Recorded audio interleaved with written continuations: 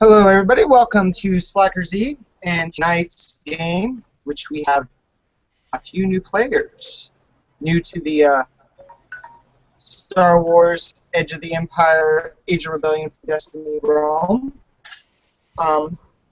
Tonight's game is going to kick off a kind of mini Saga, which is going to run the beginner's game, the free adventure game, the game adventure in the back of the core rulebook, and the GM's adventure. So for those at home who are watching, can follow along, see how we did things, and if you want to take some pointers, you can, or some suggestions down the road when I run this game possibly again. Otherwise, we're going to begin tonight's game. The episode tonight is called Mountaintop Rescue. It is a dark time in the galaxy. The Jedi Order has been destroyed, and knowledge of the Force is all but lost. Only a handful of people sensitive to the Force remain, scattered across the stars, ignorant of their destiny. Humble scholar Heathen Romund has preserved a fragment of the heritage of the Jedi. Traveling the galaxy, Romund stumbled across a number of people still strong in the Force and offered them what wisdom she could. Now, Ramond has been captured by Malefax, a servant of the dark side of the Force. Compelled by Malefax to lead him to a lost temple rich in ancient knowledge, Ramond has sent a signal to several of the Force-sensitive allies she has made over the course of her career. Drawn together to rescue their mentor, these Force-sensitives now climb the snow-clad slopes of Mount Telek on the outer rim planet Spintier. And this is where we'll introduce our characters and our players. We will start on how I see it on my screen, which will go John, Marcos, and then Nick. So we'll start with John. Go ahead and introduce yourself, your character, and any channels you may be running or want to plug. Alright. Hey everybody, my name is John. I'll be playing Kovari Ra, who, Kovari Ra lost her family at a young age. She was moving from planet to planet, being kind of like a wilderness guide and a hunter. That's where she met Romand, and then Romand kind of took her under her wing and started taking Kovari with her on her expeditions. So Romand and Kovari both went on an expedition, and they found a group of Zebraks, who was this temple of ancient Jedi inhabitants. And that's where she met Dao. Now, when Hammond and Kovari left the temple, I'm guessing Dao was found on the ship aboard, and that's where Kovari and Dao went their own separate ways from Romand. And yeah, they've been traveling the Outer Rim ever since. And I don't have anything to plug really, so.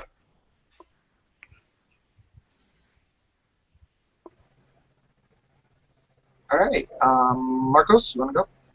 Yeah, Marcos here. I'll be playing Tarast. When Tarast Voon was young, he learned that he was touched by the Force. Elated, young Tarast asked if that meant that he could join the Jedi Order, but it was not to be. Young as he was, Tarast was considered too old to begin his Jedi training. Shortly thereafter, the Jedi were exterminated by Darth Vader and the Empire at the close of the Clone Wars. I guess lucky for him, huh? Tarast, too old to begin training as a Jedi and too young to fight back against the Empire, went into hiding, because he's Force sensitive, I'm guessing, and they're trying to kill him all. First, his family, and then a wider and wider network of contacts throughout the galaxy smuggled Tarast from planet to planet, teaching him a little of their way of life on each world. Tarast's abiding curiosity found this agreeable, but as a youth he craved some constancy that he could not have. He developed a tendency to become fixated on his new challenges, perhaps as a way of coping with the uncertain life he was forced to lead. Tarast spent 15 years on the run from the Empire. He had looked forward to a future as a scholar discovering the mysteries of the Force and the Jedi, but instead he found himself forced into the life of a renegade. Always a curious sort, he studied what he could of the Jedi and managed to find a kindred spirit in the scholar Heathen Ramoon. Together, Tarast and Ramoon spent 3 years traveling the far-flung libraries and examining ancient ruins. Roman even helped Tarast learn how to construct his own lightsaber. Unfortunately, a close call with an Imperial agent shortly thereafter convinced Tarast that his presence was endangering his friend, and the two reluctantly parted ways. Now, years later, a distress call has reached Tarast Voon. His old friend Roman is in trouble. Ramoon.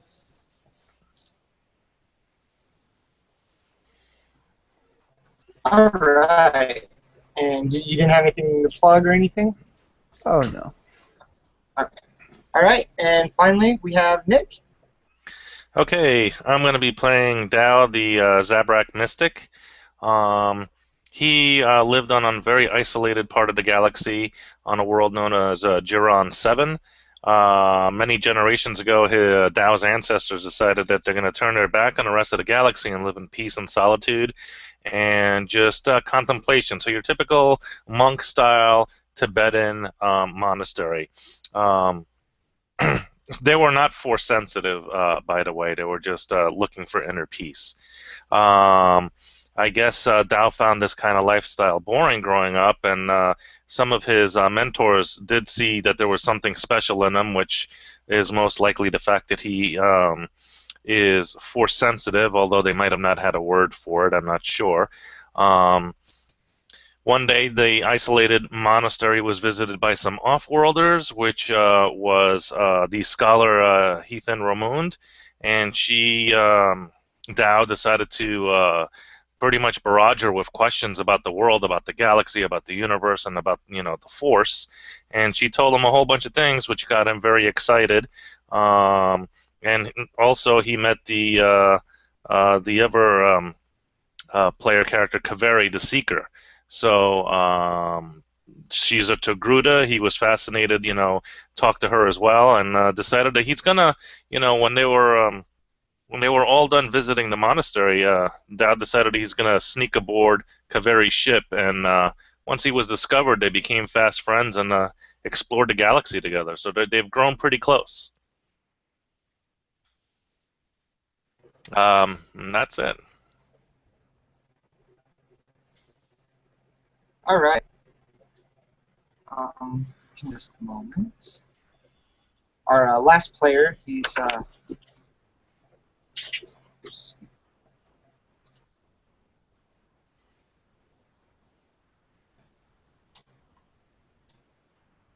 right. We will be having one more player, possibly jumping in somewhere. We'll introduce him when he comes aboard.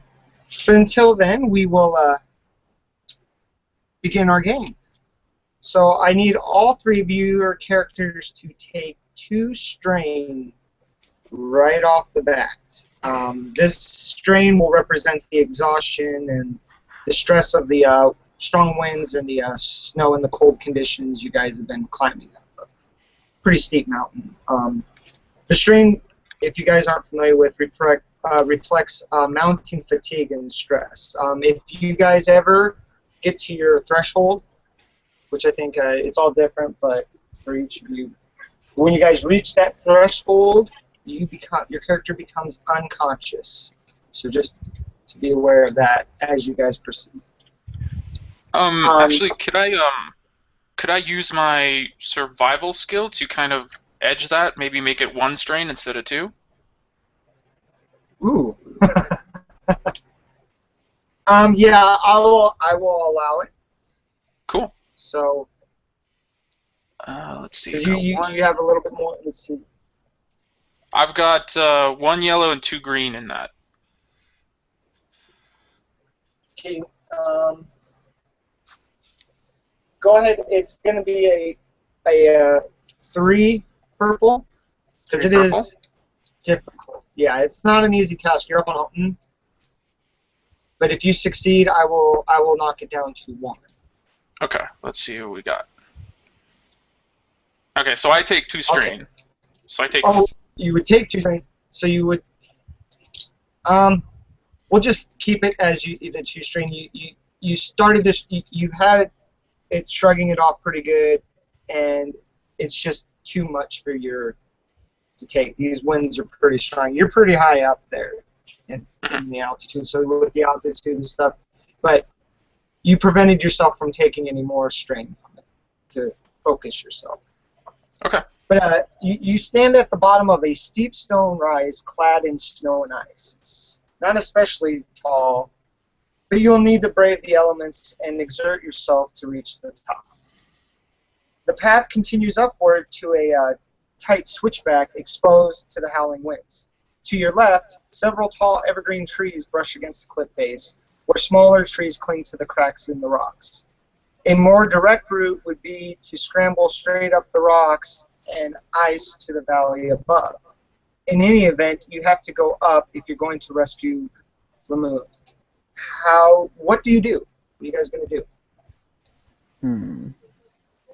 Well, we could climb it. Yeah, You we want to could. scale the cliff? Seems a little bit more dangerous, but it'll be faster. Okay. All right, so it's going to be a athletics check. All right. It will be a difficulty of an average difficulty, so that'd be a difficulty 2. Okay, so just roll that now. Yeah, everybody rolls that one. So if everybody's going to scale up it, y'all, need to roll athletics. Oh, no. Got 2 failures and a bunch of All right. advantage. Okay. Which ones are the difficulty dice? The purple D8s? The purple dice, yes. Okay. So that'd be two purple.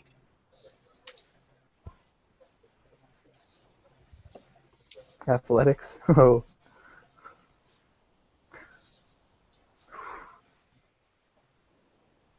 All right.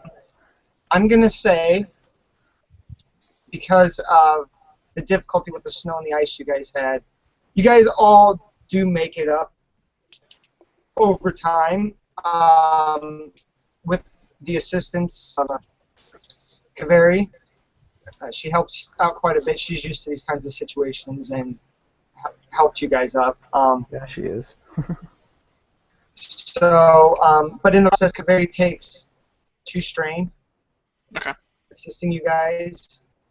But with the help, I will say that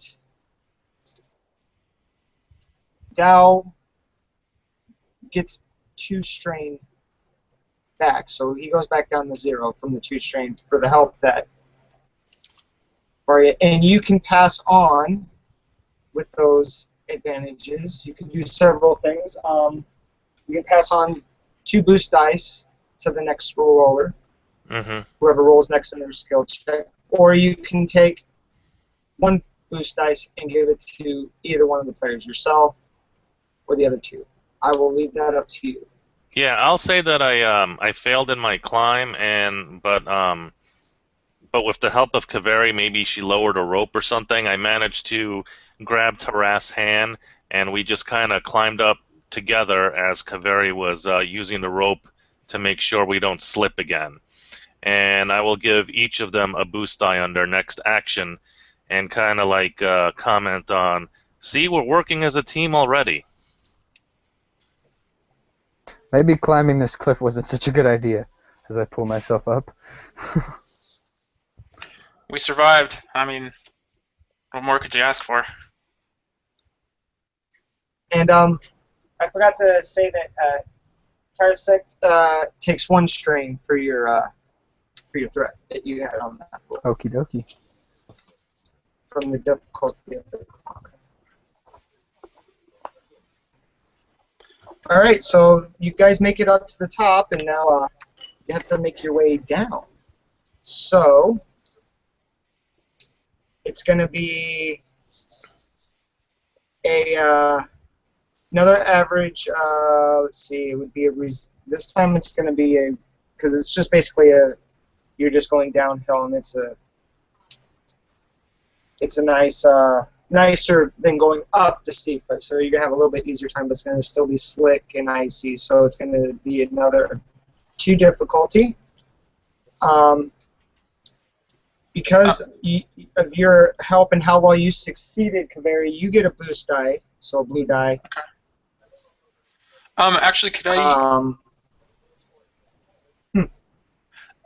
again try to use my survival to like point out like this is a good foothold, this is a good foothold here, and maybe lower their difficulty in some kind of way?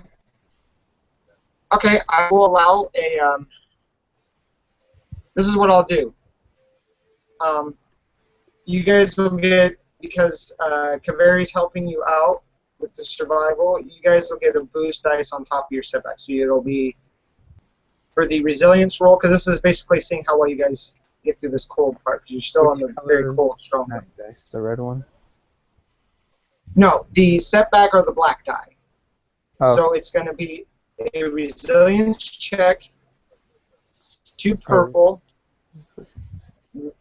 1 blue, 1 black for Dow and Tracet, and it'll be a boost for Kavari. Just so it'll be 2 purple and 1 blue for Kavari. Can I give them each a boost from my last action so they could And get then, 2 okay, blue? yeah. So right, you guys so will get 2 blue. No, 1 blue each. So it'll be 1 more blue for Marcos and 1 more blue for John. For those 2 advantages from earlier? Yeah, okay. Yeah. Okay.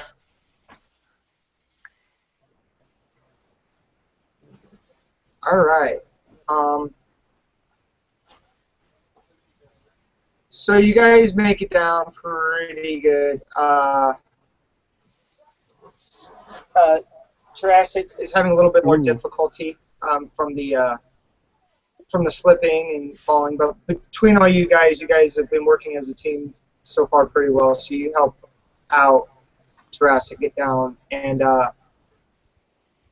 Kavari takes.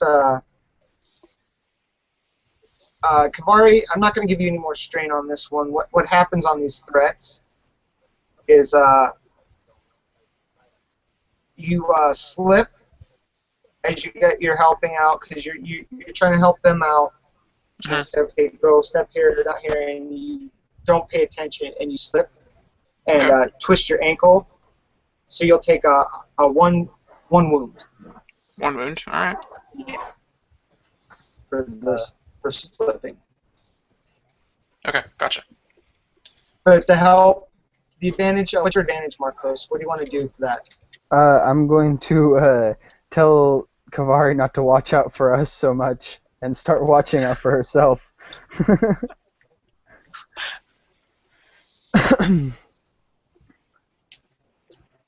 All right. So as you guys are making it down, having reached the steep climb, you pause, take a moment to take a view.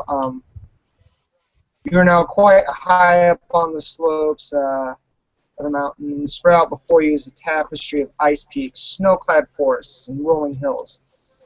Above you still is the foreboding summit of Mount Telek, reachable only by passing through a densely wooded valley. You figure it's at least another hour of hard going before you reach the temple where Malfax hopefully is holding your mentor. But before you can resume your hike, a flickering, ghostly figure appears before you. He appears to be an older Syrian male, wearing simple robes, but comprised entirely of silvery blue light. "Hello," says the figure. "I am the gatekeeper. Welcome to my valley. You handled mine well. You may be useful. But first I must know, what is your purpose here?" We've come to rescue somebody. I bow deeply, kind of like an honorable greeting, and I say, "Greeting, person of the valley." I assume he didn't give us his name. I am Dao, and this is Kaveri and Taras, and We are here in search of someone specific. Can you help us?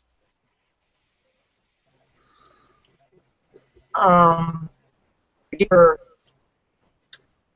says, or actually, you know what? Give me a cool check, Dow, against or a negotiations check against 1 red, 1 purple. Would that be negotiation or charm? Um, I'm good with you. it would be negotiation. You're being honest. You're not trying to deceive or trying. You're just being open and honest to what's going on. In the Yeah, situation. just having a conversation. Right. So it'd be more of a negotiation. Okay. I would. Or well, you know what? If you think charm, if you're going more for the charm, go Yeah. ahead and roll for charm. Okay. I'm not trying to I'll allow it. negotiate anything. I'm just trying to speak to him. Okay. How Okay, many yeah, purples? roll 2? No, 1 purple, 1 red. 1 purple, 1 red. Understood? Yep. Here we go. Okay, fail with 2 advantage. All right. He pauses for a moment and he informs you that the valley has come under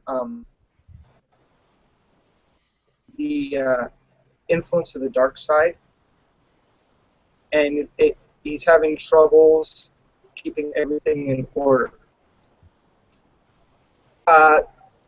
He does inform you that that the person you are seeking is here in the valley, along with the dark side user Malefax, who is the one affecting the valley. His dark side energy is corrupting the valley, in essence, is what the gatekeeper says.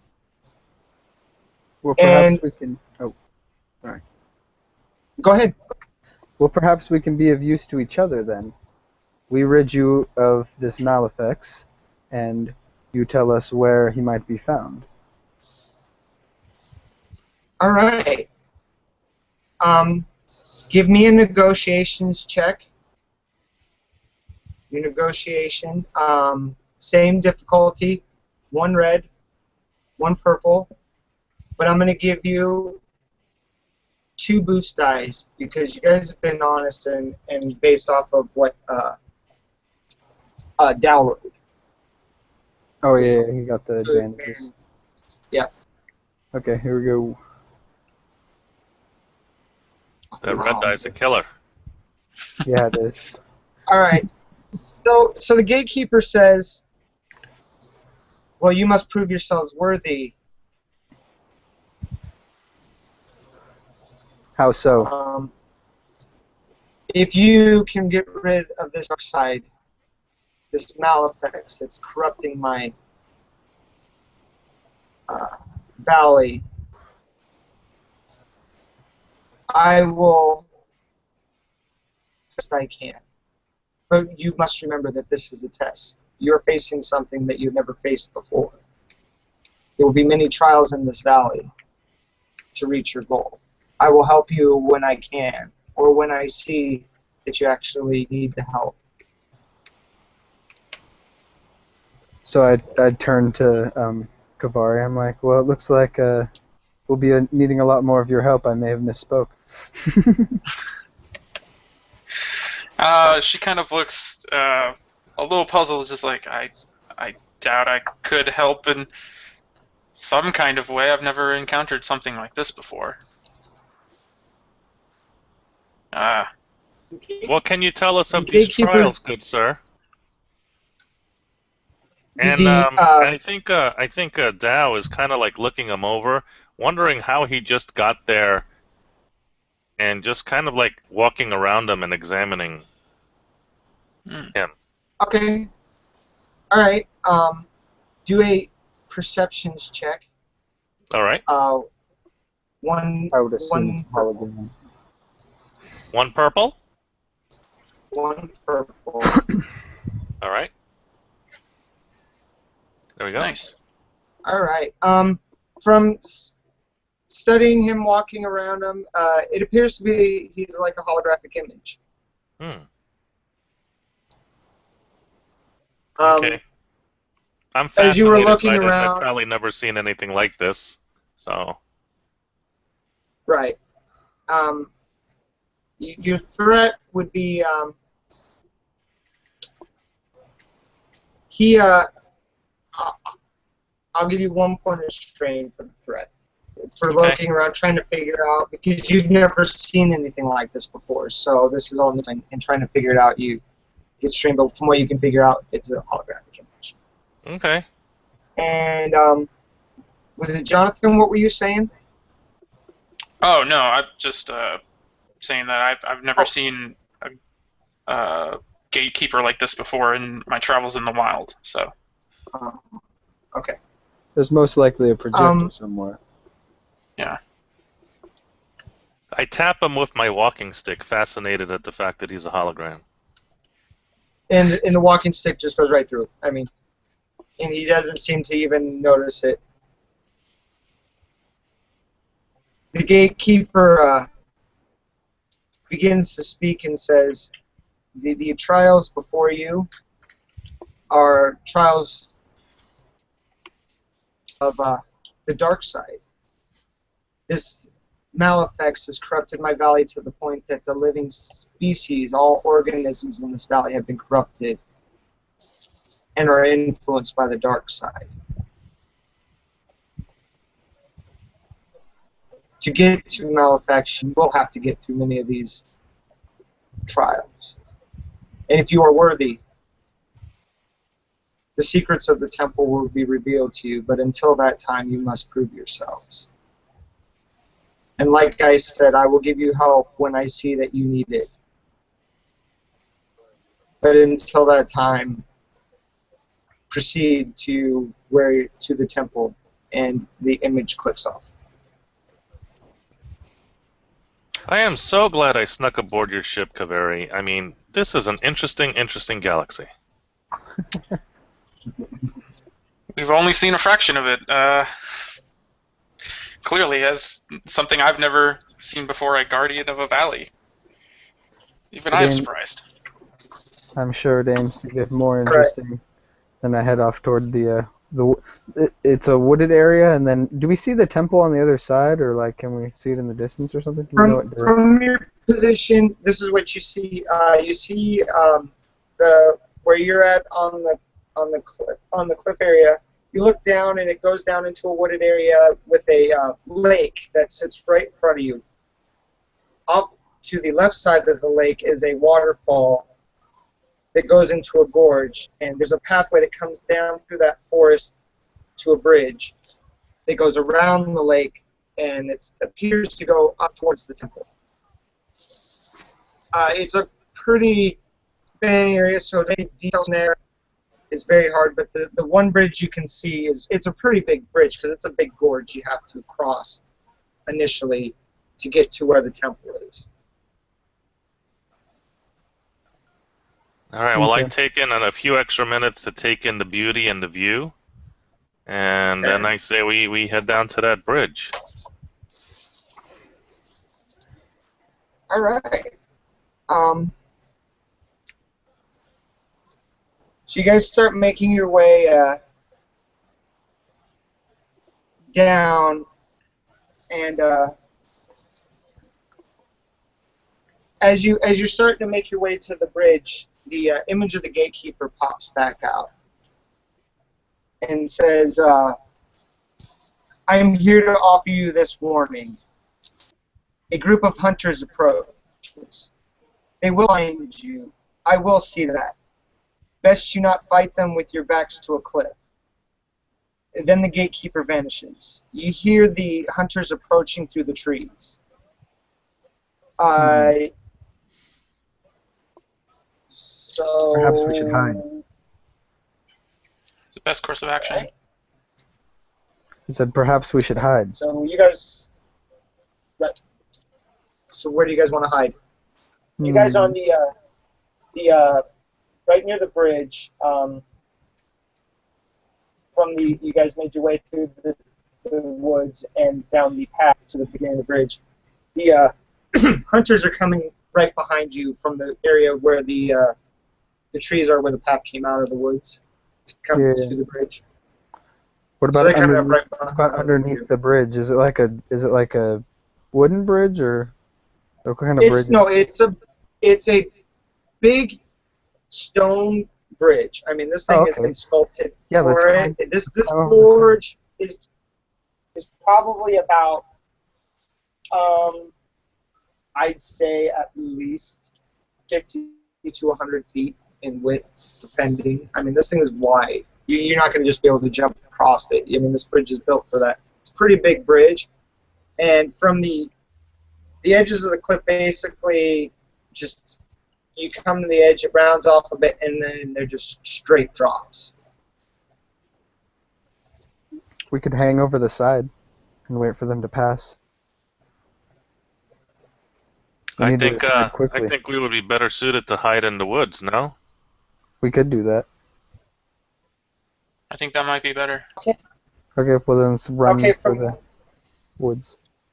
from your position, you could hide right there in the woods, or you could run across the bridge, and there are more woods on the other side, because then you start getting to the area where the path is longer, and you're heading up towards the temple. How long is the bridge? How long will it take us to get from one side to the other? It would take you probably one round to get about halfway and one round to get to the opposite way. They're coming up on you, but not much faster. It would probably take them about like 3 rounds to get to you where you're standing right now. So you got a little bit of a lead on them, but they will eventually catch up to you. Because they know the area better, they know shortcuts. Okay, so I say we cross the bridge and find some immediate cover. Okay, I followed down. Yep, good idea. Okay. We double time it. Okay. All right, so you guys make your way running across the bridge. You're still hearing the hunters as they're coming. They reach the what you think as you hear them making more noise, the edge of the tree line as you guys get to the other side of the bridge. So they have not got to the bridge yet. This next round they'll be at the bridge.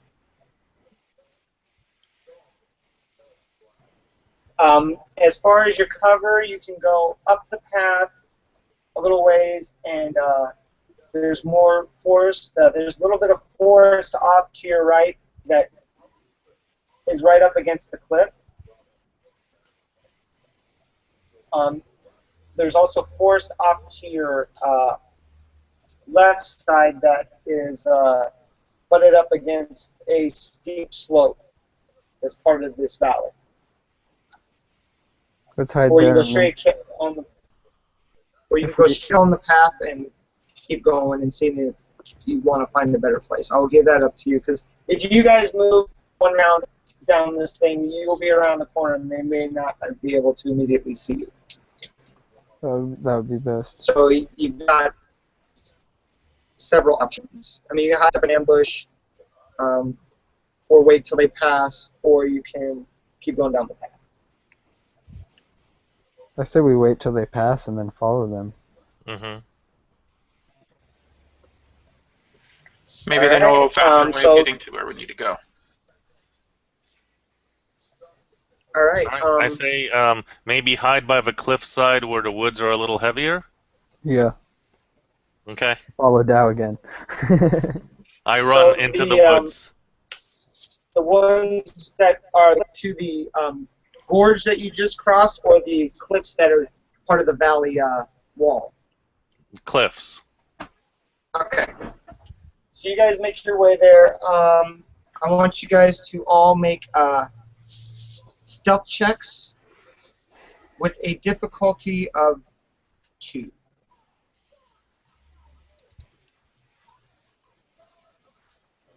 Oh, no.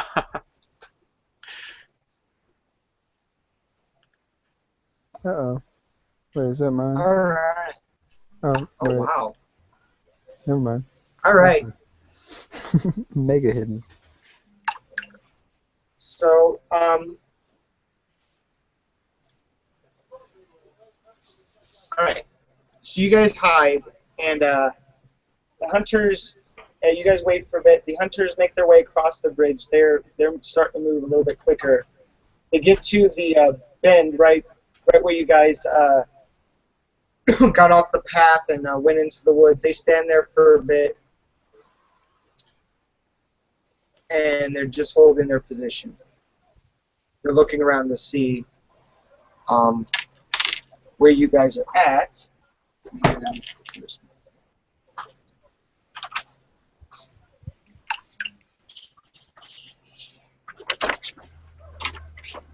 we'll just do this. All right. So perception.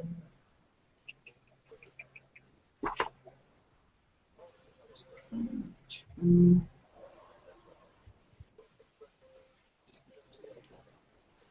Too difficult. Oh yeah. They see you guys. They know right where you're at. So now we're gonna go into initiative. We're not gonna have to roll for this because this is designed for on this part of it to be pre-designated. So it will go. They let's see. So it'll go PC, PC, PC, NPC, and that's will be the roll for that. So it'll be you three first, and then the NPCs. All right. There are. Let's see how many hunters there are. 4 hunters.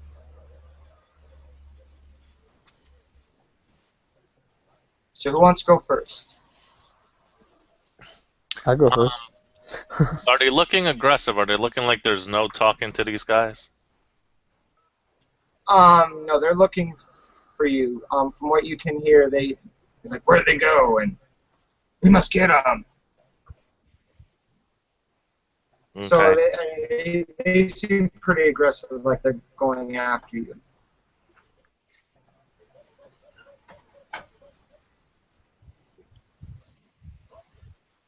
So you guys are hidden in the woods, and they're standing on the pathway at the bend where it starts to kind of curve around and. And they're looking right over at the woods where we are. They're looking right in your area. They don't exactly see you, but they know you're right there. Okay. I'm gonna. Can I take the first action here? I want to try something that might prevent the fight. Ooh. I like that. Okay. All right. Go for it. I will pretty much step out of my rocks or tree hiding spot and call out to them in challenge. And I tell them that we are the wrong people to be trying to antagonize. Leave now while you can. And I'm basically going to try to do a coercion check as I very skillfully twirl my walking stick into a fighting maneuver. All right. Kaveri just kind of hangs her head, like, getting her blaster rifle ready. Mm-hmm. All right, so I'm going to say coercion versus a difficulty of, there's 4 of them, so it'd be a difficulty of 4 purple. Okay.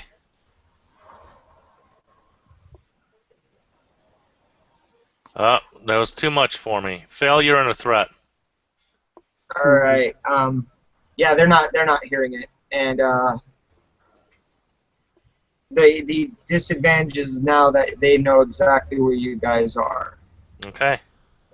So so you moved out from the forest, right, and then did that. Okay, so that will be your round, Mm-hmm.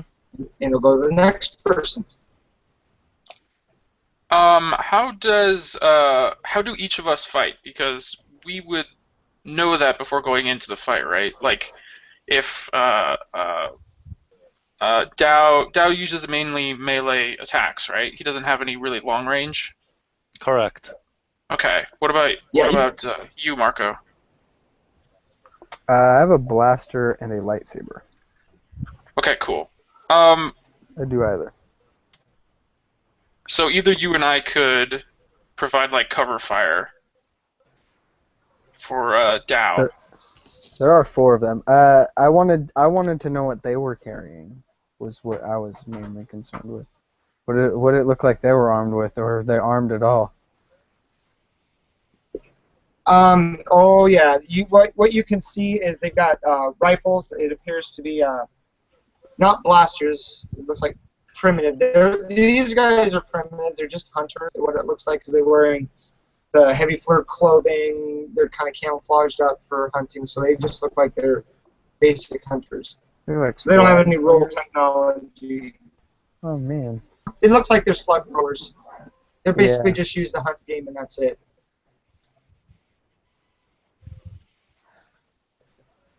I'm gonna run forward and draw my lightsaber. Okay. And you're gonna attack. All right. So then. Yeah, if I can get all the way to That'll the be- closest one, I'll attack him. Yeah, you can. Yeah, for maneuvering. Yeah, you guys aren't too far. You guys, because if you got too far, you wouldn't have been able to see what's going on. I'm not trying to outright kill him, by the way. Just want to. Okay. I just want to like knock him down. You know, Okay. if that's a thing. One of them down. There's 4 of them in a group. So that'll be so if you're going for the first one, that'll be a lightsaber versus a difficulty of, I believe it's 2. Okie dokie. Just a second. Am I looking at that? Yeah, I was looking at the wrong one. Melee should be 2. No. Yeah. Yeah, it'd be 2. Yeah, for engaged. Yeah. Oops. Oh, I didn't realize I could just clear it. I saw that after when I was pressing the roll. Is that a threat there on the end? Yes. Okay, so let's see. You've got. It says lightsaber does 6 on a hit plus 1 damage per success symbol. So 9. Right. So that's 6, 8. It'd be your first success is your base damage is 6, and then each success adds a point, so you'd be at 8. Okay, I got you. Right, and if I remember right, yeah. So this is reach 1, so. And you're not trying to kill them, so. I didn't know how the rules on that worked in this either. Well, yeah, as long as you, Just go for I'm like the kind of game master. As long as if you don't say, I'm gonna automatically assume you're going for kill shots. But yeah, if you no, say I'm just prior, going for like I'm trying to kill limbs, or even just Okay. fingers would be nice. Okay. So let's see. That's 8. I also want to know why they're trying to hunt us. All right. Well, we can probably face that after you probably get done. Yeah. So your first guy. Right. The first guy you go after, pull your saber. Well, actually, describe to me what you do to the first guy. I'm gonna chop him right in the leg, like kneecap level. Not sever the leg though. Okay. So you just. But gouging since I got the threat, does that I come in too close and like leaves me open to their attacks, or what? Yeah. I don't know how the threat thing works. Right. Well, but you gave me a great idea, and I do encourage you. If you've got a good idea for a threat, we'll let you do it. Okay. I didn't know who does the threat thing. Well, it depends on the GM. I like to bounce things off when I play with whoever I. Okay. So we I like to bounce. So yes. So you will. What happens is you come in, you swing your saber, you hit him in the knee. It takes a nice chunk out. He goes down, but when you swung back up, you left yourself open to one of the hunters. He's got a nice beeline right into your side of your torso here. and that will end your round. Okie dokie. So then that leaves Kavari. Or not, yeah, Kavari, yep. Okay. So can I take a shot? I'm gonna try to shoot their weapons, disable their weapons. But can I take a shot at the guy who's aiming at Marco's character right now? Yes, Try to you disable sure his weapon? can. You sure can. So that's going to be... And you're aiming right for a specific area. Yeah. I'm assuming that's gonna make it more Okay. difficult. Yes. So what it is it's going to be... So you're at... I'm trying to figure the range on it. Your range is at... Long. My range for blaster rifle is Yeah. long. Yeah, where you're positioned at right now. Okay, so it's 2 purple, and let's see, I believe if I remember right, it's been a while that I've had anybody have a penalty for aim. I believe it's a setback for aiming. Just one black. Or no, you get, no, I'm sorry. Oh no, that's if you, yeah, so, no, it won't be a setback, it's, For aiming, you get a boost. right, for aiming you get a boost, but there's also... You just can't move. You can't take 2 actions. Right. If you Right, if you but aim there- and for- move, you're gonna get some strain, I think. Right. Yes, you will. There's something if you're aiming for something specific. Right. Oh, like it increases, like there's a threat dice or Well, something? I think it's a result that you have to have. So, okay, yeah, that's what it is. All right, so go ahead. Oh, get your boost. I see. Yeah, you have a certain result for to do what you're gonna do. Okay, so it's just 2 so- purple for difficulty 2 purple. Yep. Mhm. and one boost. You get 1 boost. That's correct Okay. for aiming. Bam. All right.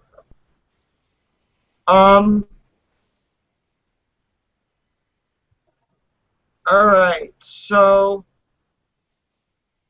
Let's see. So what's your? Let's see. You're the blaster rifle. So that's 9. Oh crap. 9, 10, 11, 12, 13. 13 minus 10. All right. You. Unfortunately, your blaster rifle is just a little bit too powerful for the slug rifles that they have. So unfortunately, the blaster, you hit the target, you hit right where you want to, but the blaster bolt went right through and hit the guy, taking him out. So you killed the guy that you were trying to just blow off his weapon, and it went behind him and wounded the guy that was standing directly behind him.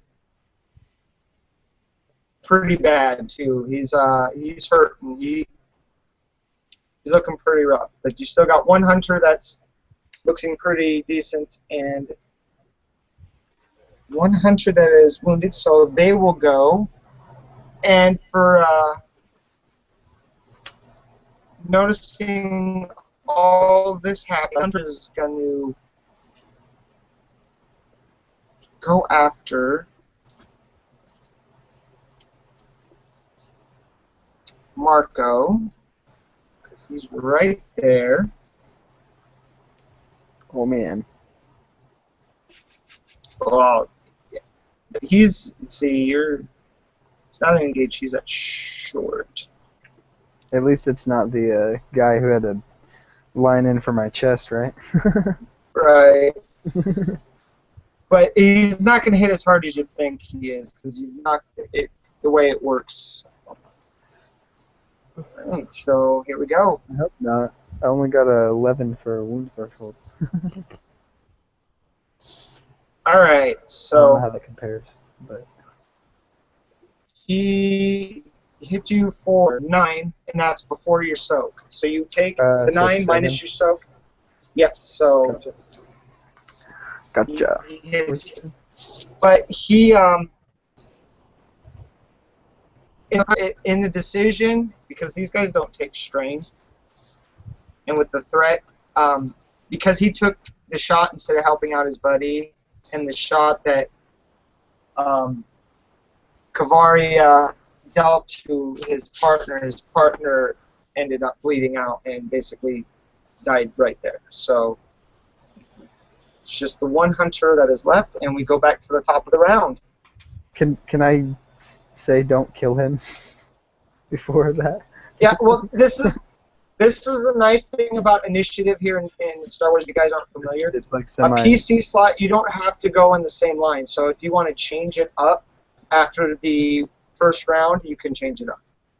Oh, okay. So we're just determining which side of the thing goes first, and then we just kind of.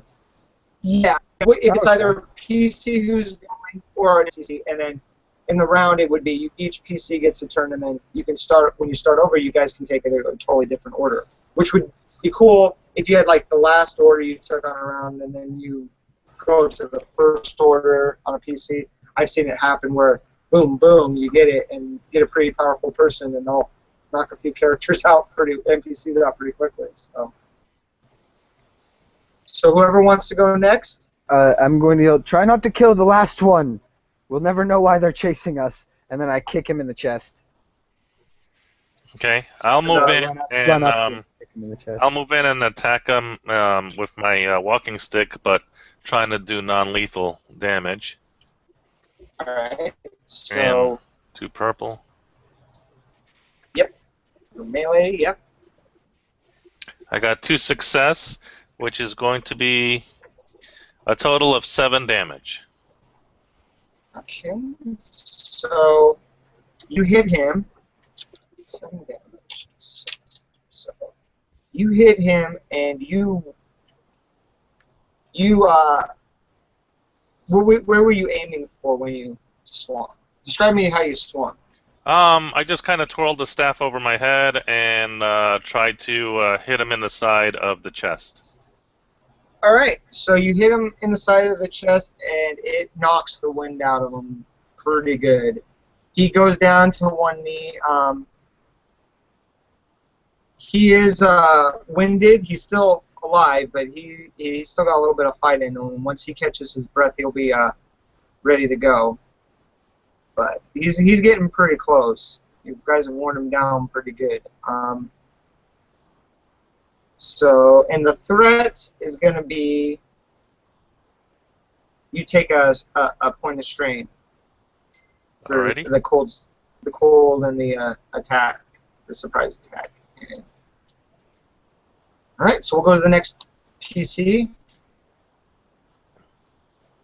Which, Marco, yours would be an incidental, so it doesn't really count against your round. Well, I was going to kick him in the chest. Oh, the one guy that's still left? Yeah. I don't know what skill that is. That is a brawl check. Brawl, okay. What's the difficulty? So, difficulty, I think brawl is 2 also. Let me check. No, always 2. So yeah, so 2. Go. Ooh. You go to kick him, and when you go to kick, your foot that is keeping your balance is on a nice sheet of ice. You don't realize it, and you slip and fall right on your back. But what do you want to say for your advantage? Well, I'm gonna watch out for the ice. The other. Well, he already acted though, huh? You can pass the boost dice on to the next player. Yeah, I'll pass it on to the next person. I don't know what I'm gonna do for the advantage. He's all the way back there. All Go for right. his legs. He might slip. For his legs. Yeah, I guess I'm just gonna forego the blaster at this point because we don't want to kill him and just run up and punch him. Okay. So that's my brawl, right? And the difficulty is 2. 2. Yep. And I got a boost die. Yep. Yes. Okay, let's roll this thing. All right. So let's see. That's your brawn is Ooh. It's just 1. 2 damage. 2. Yeah, plus 1 for each success over the first one. So 3. Yeah. So you punch him, and he snaps out of him losing his breath. It didn't do anything to him, so except make him mad. So he's Cool. now sitting there, and he's on his last leg. So he's gonna take a and go to hit.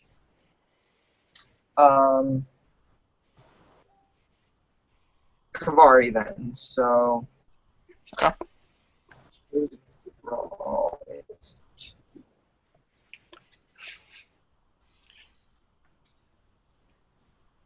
Alright, so he swings and hits you for 3. Okay. My soak is 3. So does that mean I take no Okay, damage? so it or- does. That means you take no damage. So on your next round, Okay. you get a boost die. Okay. For the 2 threats. And he hit you, but it wasn't enough to do anything to you, and now you're more focused. So he realizes this at this moment that he didn't knock you out, and he may lose this battle. So Me and this guy are just having a slap fight. right. So now it goes back to the top of the round, and whoever wants to go first can go first. And I'm assuming that Kavari probably wants to finish the job. Actually, Kavari's like, not good up close. Somebody help me. I kind of smile and tilt my head towards Kavari, and I'm like, why didn't you just put your weapon on stun? Your ranged blaster on stun. Oh, I'll finish it. Wait, is that And something I I can will- do with my blast rifle? Because it Yeah, doesn't. any weapon could be set to stun. You just have to be in short range to use it. Oh. Even if you have Yeah, I like think- really, really long think- range with your rifle, stun has to be at short. I did not know that. It doesn't say that I can do that on the sheet. All right, so Yeah, that'll I be think a it's total of 7 damage with my walking stick. Ooh. All right. So with that, you knock him out. So you guys have stopped the hunters that were coming after you. Unfortunately, instead of saving them all, you did save 2 of them. And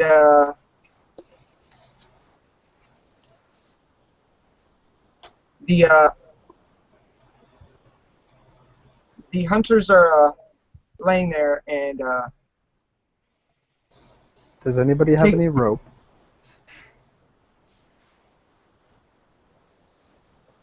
you guys start walking around trying to ascertain what happens, and in the process, you guys suddenly, the ground below you just breaks, and you guys go plummeting Oh, damn. down a deep pit. These walls are just sheer walls. and- I'm going to draw my lightsaber and try to stick it in the side to slow my fall. Okay, well, you slow your fall, and you guys eventually get down there. You guys, it's not a real big drop, so you guys don't take any Oh, wounds okay. or I just anything. thought that cliff was going to be further. It's a sheer face, so with ice and snow, so it's slick. Trying to crawl out of it is going to be extremely difficult. And so at this point, once you guys get there, do you guys want to take a moment to relax and recover some strain and anything? Yeah, but also I kind of want to look around and see if those guys are still anywhere. Okay, those hunters are down there in the pit below you, but they got knocked out when they fell with you. So the Okay. 2 hunters that were still alive, the other 2 guys that are dead, their bodies just Yeah. underneath the rubble and stuff. You guys, unfortunately, fortunately for you guys, didn't get hit with the rubble because you guys were aware of what was going on, weren't injured. all that badly. So you guys didn't take any injuries. Yeah. So Was this some kind each of natural PC, phenomenon? Like an earthquake or it something? doesn't appear to be. It appears to be like a trap set up by these hunters that, in the process of the battle, you guys Somebody didn't notice and they forgot about. They So when you maneuvered guys us were, into it these was just enough positions. way. I don't think they were trying to as much as that they were kind of, but they got a little too close themselves. Okay. Is what it appears to be.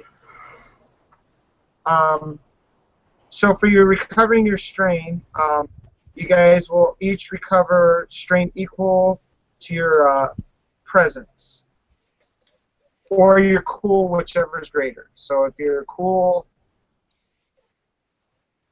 is greater, then your Talk about the skill. Mm-hmm. yeah, that's either your cool skill or your presence. So whichever one's higher. I think it's Do you mean the ranks all in the it or the similar dice pool?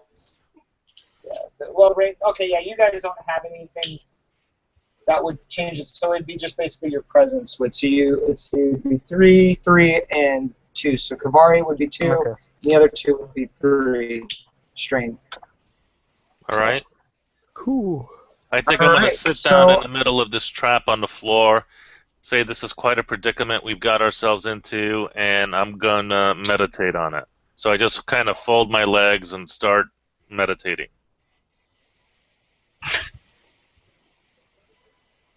all right. All right. Um, Kavari probably sees this and she probably says, he's always meditating, no matter what. Every time something happens, he's got to take a moment and think about it. And as she's kind of looking at the edge of the hole and see how hard it would be to climb up. okay. And what's Marco? What are you gonna do? Trask is going to go pull the unconscious guys out of the rubble and ask, does anybody have any rope? All right. When you said that, the image of the gatekeeper pops up and says, "Don't try to climb out. The walls are covered in ice and it's just above freezing. They're slick with ice melt. No, I'm afraid you will have to use the force to have any hopes of success here, which will be quite an interesting test from my perspective." And he flickers out. Use the force. So this is the time when you guys get to use your force powers. So who was it that said that they were going to... Kavari? Yeah. You said you...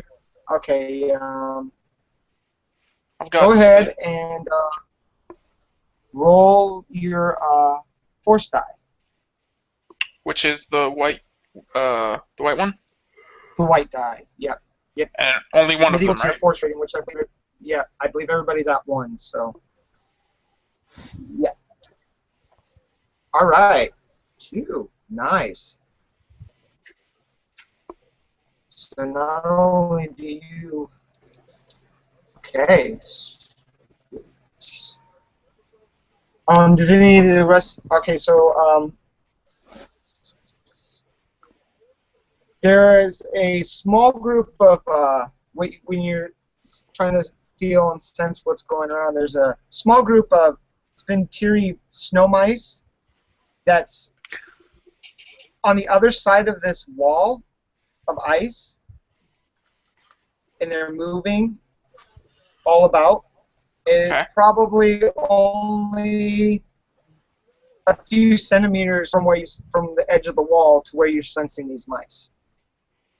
Okay. Do we know how big the mice are? Are they like normal mice size? Are they a little bit bigger? Would we be able... No, go ahead. Yeah, they're about regular size mice. Maybe anywhere from maybe at the biggest I would think rat size, like Gotcha. just a small rat. Okay. But from what it appears that they're just moving around the floor area. About level, it seems that they're kind of towards where you start to sense them. they're milling about its about level, and then as they start going away, it seems like that they're going above the level of before. Okay, interesting. Do I sense them like when they're going? Are they going up or they're going away? Well, they're milling about, but as you're sensing them, you sense them kind of moving, and as their level, from what you could see, is going a little bit higher than you, but not much higher. It's just like there's a grade, like the ground kind of grades upwards as you go away from you. Okay, all It's a right. slope. Mhm. All right, interesting. Okay. And like I said, it's only a few centimeters from where the edge of the wall is to where you're starting to sense these mice. While they're doing this, can I like pack ice on my blaster wound? You could. You do also have. Let's see, I believe you have stim packs. If you want to use that. Oh, I do have a stim pack.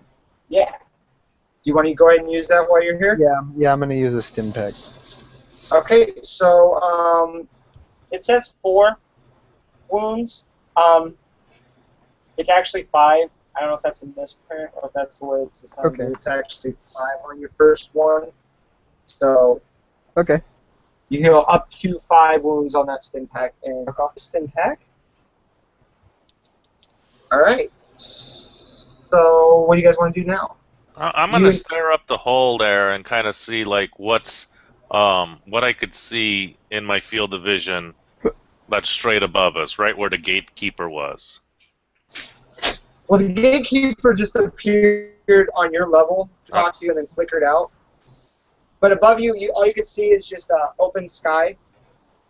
A few of the trees from like the edge of the forest, you might see the tops of them. Mm-hmm.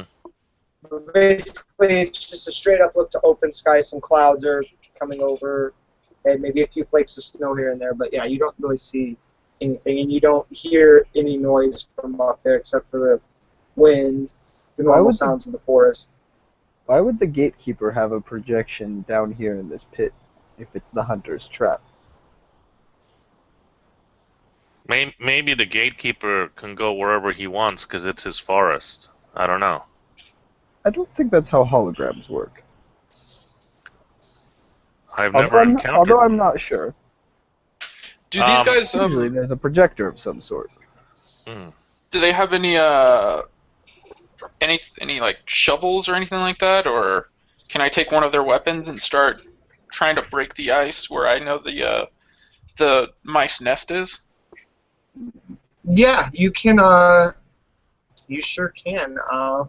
What are you doing over there? All they've got on them is the rifles, minus the one that was destroyed in the battle. There's 3 rifles sitting there. You grab any one of them, and you want to hit behind the ice. Yeah, I want to go towards the tunnel I found. Okay. As you break the ice, there is a pathway that leads. As you break it, the ice breaks. The mice that you were sensing scatter up. And as you look, you notice that there is a sloped passageway leading back up, and it looks like it may be a way out. Okay, so well, I found a way out of this hole, and I'm gonna take the rifle with me just in case I need to make the hole a little bit bigger on our way through. Okay. I look amazed at Kaveri and I pat her on the back and I said, "See, meditation leads to the answer." It would seem that way. I follow them up the hole.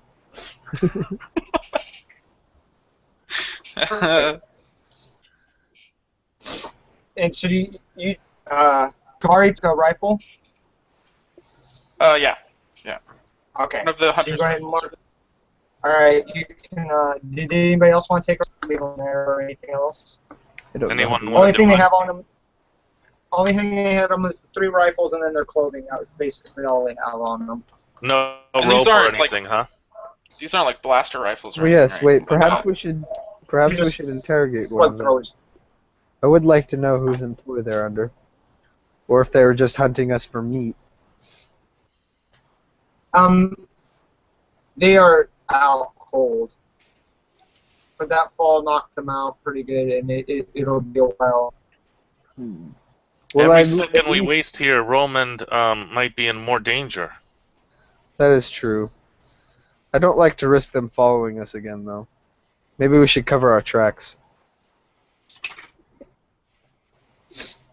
That's a good choice. As That's a you good idea. as you guys are talking about this, the gatekeeper does show up and says, "Impressive! You guys figured your way out of this trap. I may have underestimated your abilities. Now, But the question Gatekeeper, yes, was this their trap or yours? he says this is their trap. They use it to trap animals when they're not influenced by the dark side. Unfortunately, like I told you before, all living things in this valley have become corrupted with the dark side. That is why we tried to not hurt them, or at least not kill them, if possible. Kavari And the kind of looks away, just gatekeepers- like, yeah. Go ahead, John. oh, I was just like, Kavari, as Dow says that, Kavari kind of looks away, it's just like, yeah, we tried. We did the best we could. The gatekeeper appreciate you not taking as little or says, I appreciate that you didn't take unnecessary lives. Unfortunately, sometimes in battle lives are taken. But I did see what you guys did, and that you tried to not take any lives. And that I appreciate. He says the only way to stop this from happening is to drive the dark side of the Force out.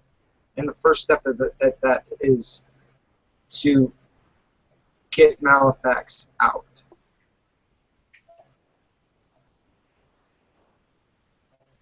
He stops and says, if you go down this path, because you guys are still making your way up, right, at this point? Says you go up this path, you will come out in a set of ruins past the hunter's camp that you were on your way to. Once you come out of those ruins, stay on that path and head towards the temple. Malefax is awaiting you.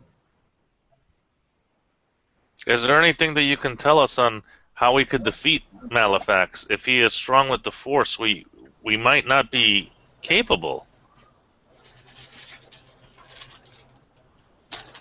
He thinks for a moment and he goes, don't underestimate your own abilities. He says, Malefax is 1. You are 3.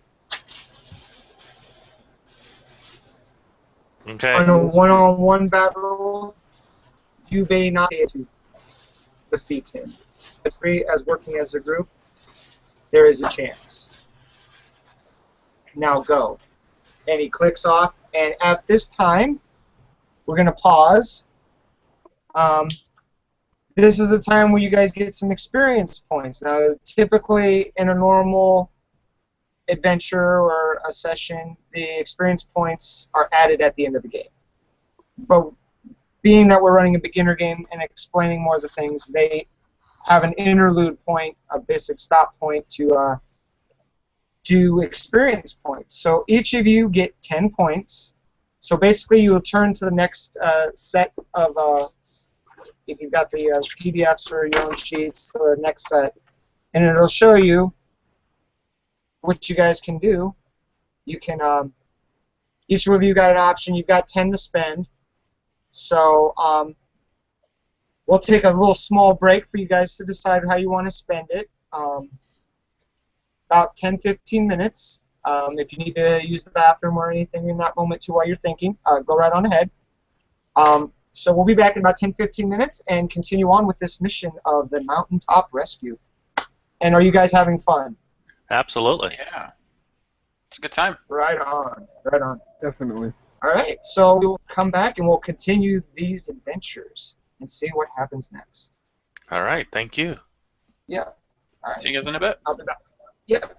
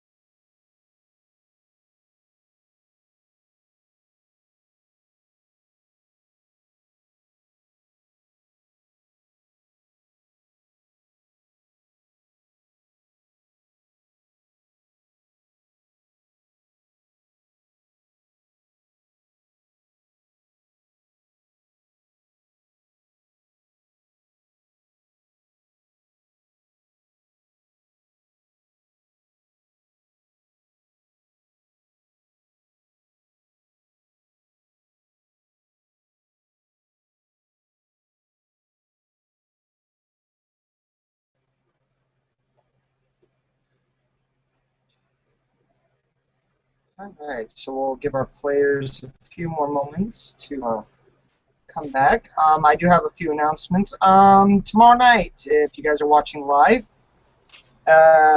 on the GM's Dice, at the Edge of the Empire, it's a game I play in. My character Zara. Get to see the next adventures for that. Games for Slacker Z coming up. I think the only game I've got scheduled coming up is the second part of this saga. So I don't have any other games coming up anytime soon. I am also playing a new character by the name of Damn Jam on the Jarl of Goats channel. That's one of the James, one of the members of the Tides of Change role-playing group. He's running a new campaign, so I get to play a new character in that one. So that'll be exciting. So that'll be next Sunday on his channel, and I believe it's right around the same time, about 6 p.m. Central. I'm not quite sure, but it's in the afternoon, evening time. So check that one out too. They did the first episode on there. I wasn't, unfortunately, a part of that. I had other commitments, so I wasn't able to play the first session, but I'll be back for the rest of them. So, you guys got any questions while we're waiting everybody to get ready? Nope. Was somebody about to Yeah, talk? go ahead. I was wondering, can you use a force power as part of a maneuver? Let's see. Because I have the move ability, right? Like, so, like, can I, like... Oh, as that part of move ability... Okay, the move ability is that is to move objects. Telekinesis basically is the move ability. Yeah, like, so if I wanted to pick it, like, my lightsaber gets knocked out of my hand and I want to grab it off the ground without running over to it, you know? That would be considered an action. For Okay. to go over to get it would be a maneuver to get it. To pick it up is A second it's maneuver. a second maneuver. Yeah, Yeah. that's what I was thinking. That's why I was wondering. What you could do on that sense with that question is you could use your move ability to pick up your lightsaber, and then like if you wanted to move into a different position, that would be your maneuver. Once if you succeeded on the rule, you grab it, and then you can move. Not really do anything, but at least then it would give you. That's just kind of a hint that. Granted, now I haven't played any Force users, but I have seen it done before. So, enhance would be the only one that would. But that's actually an action because you are enhancing. I think. I don't think you guys any of you guys have the enhance. No, that would have been Chris's character that had the enhance. So, and that one is you have to roll. The action is to roll to have the enhance, I believe, and then your maneuver would. But like it would be like a double maneuver or something like that, so you wouldn't take any penalty. I believe that's how it's worked. It's been a while since I've used it, so. All right, so you guys got your experience, what you decided you wanted to take, and marked it down. Uh-huh. All right. So, I was hoping Chris might have jumped in, but I don't think he's down in time, so we will just proceed. All right, so you guys come out of the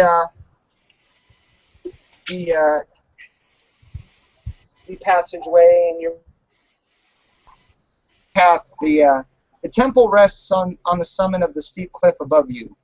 A glimmering waterfall crashes from the temple grounds and into a deep chasm separating you from the trail up to the temple.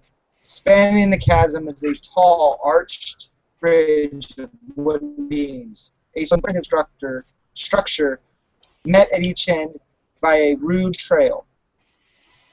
At the near side of the bridge, a pair of one-horned Advozes mercenaries stands guard, and another set is on the far side. You'll have to find some way across the bridge to reach the temple. So what you guys are looking at right now is you coming up in the trail, and in front of you is the wooden bridge. as you're coming around. There's woods off to your left and right. The bridges along the trail in front of you. You see the waterfall, and you see the mercenaries standing at each end. And then as you look, you see the trail winds around some more trees and goes up towards like a stone set of carved stairs that goes up the cliff and up to where the river comes up, where the waterfalls are, and up towards the temple.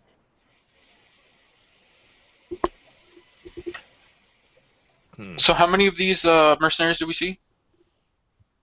There's 2 on the bridge, and then there's 2 on the far end of the bridge. Okay, so 4 in total.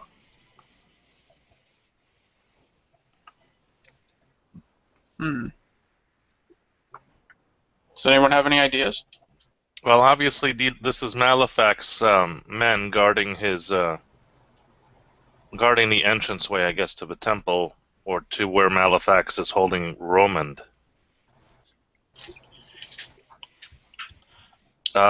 Maybe we could lure them into the forest somehow. That's not a bad idea. Can I use my electro binoculars to see what kind of weapons they got? What kind of weapons they have? Sure. Just do an average perception check, easy perception check. So that's a 1 purple die. 1 purple? Alright. Yep. All right. You see that they appear to have blaster pistols. Looks like they have vibro knives also. They're armored in blast vests, and they don't look like they have much else. They look like they're just armed to fight. But they don't look heavily armed. They don't have any blaster rifles or anything like that. Okay. And what can maybe I I could use my move power to kind of make some kind of noise into the woods, but away from us, and they could go investigate it. It might be worth it, or we might at least get less of them to fight. Okay, so you want to find a rock or something? Yeah. Toss Well, off I in the want to run it forest? past my teammates first. Do you think that might work? Possibly. Splitting them up might be a good idea. All right. I'm going to try to lift up a good-sized rock and make a ruckus. Not towards us, though, but, a good distance away. Okay. And I suggest we all hide as well. Yeah. With my advantages, can I give them each 2 boost dice? Or 1 boost die each? Um. Because I got 2 Yeah, advantages there. Cool. Right, I'm giving them you each 1 could. boost die. Yeah. Okay. Well, yeah. Yeah, because if you guys are going to hide, you need to make a stealth check. Okay. So we'll make the stealth check first because you guys don't want to hide, but we'll probably, I'd assume, move the object. So which way are you guys going to go? You guys going to go to... Why does it have a So you're slash? saying... Oh, okay, it's telling me what it goes from to... I had trained my stealth skill up with the experience, so I was trying to figure out what it is now. Okay, so yeah, your stealth... Let's see. I found it. I'm good. Okay. It Cool. just adds the proficiency and takes off one of the... Yeah. I gotcha. Yeah. What was the difficulty on that? The difficulty on that is average, 2. Okay. Do we get any boost dice for the woods and the cover? I rolled. You know what? Yes. So, okay, Two so Marcos rolled just 2 blues, Okay. Sorry about and then that. go ahead and you can roll. No, that's fine. We were discussing, and you forgot to. All right. There we go. All right. Oh, nice. Really hidden. All right, so you guys, I will say, with the help of Kavari, because Kavari did so well on that, that you guys all got hidden. Mm-hmm. Even though that yours was Nick wasn't a success. I will say with that kind of he helped you out, but you didn't fail either. So we'll say you guys are hidden. Okay. Go ahead and do you guys have any string left to recover? I've I'm got full. two. I've got two left to Huh? recover. Oh, okay. Oh, you didn't roll any advantage, so Yeah, I didn't. you'd actually add one because of your threat. So Okay, so 3. Okay. yeah. So now you're at 3. Okay? So I'm giving you guys options on it. Let's see. Spend 2. Okay, so Nick, you can spend 2 advantage to give boost dice to a specific person, Mm-hmm. or you can just basically take 1 each to just pass them on to the next person. So that's how it works. For passing it on to specific people would be 2. Just to pass it on to the next skill check is 1 advantage. So, and then Marcos, you've got 3. So, or you can narrate something that helps you guys out. I guess for 3 advantage, it looks like I can use it maybe just for this round to negate their defense from their armor. Because I'll say we got such a good beat on them, we caught them off guard. Oh, were we planning on ambushing them? Well, we'll see what happens if they move to attack us or not. Okay. All right.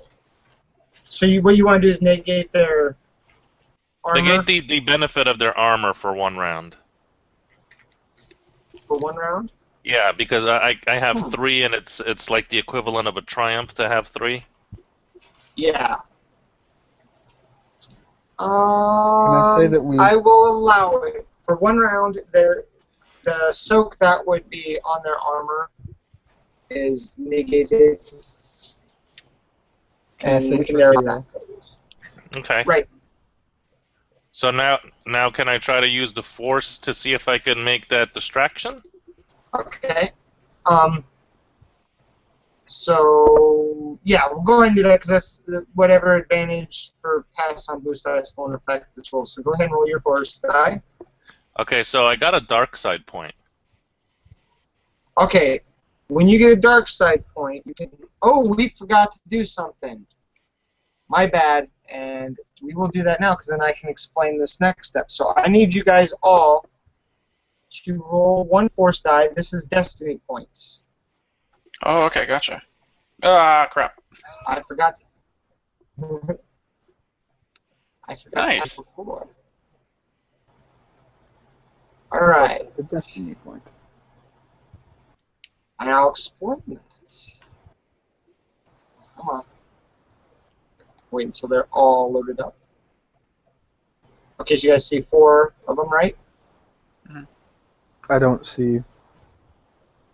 Oh, what? It Where should it be says on the very destiny? top. Yeah, on the very top of the oh, next okay. roll, you should see them. It's just not loading the little JPEG for me for some reason. It's there though. Okay. I see them.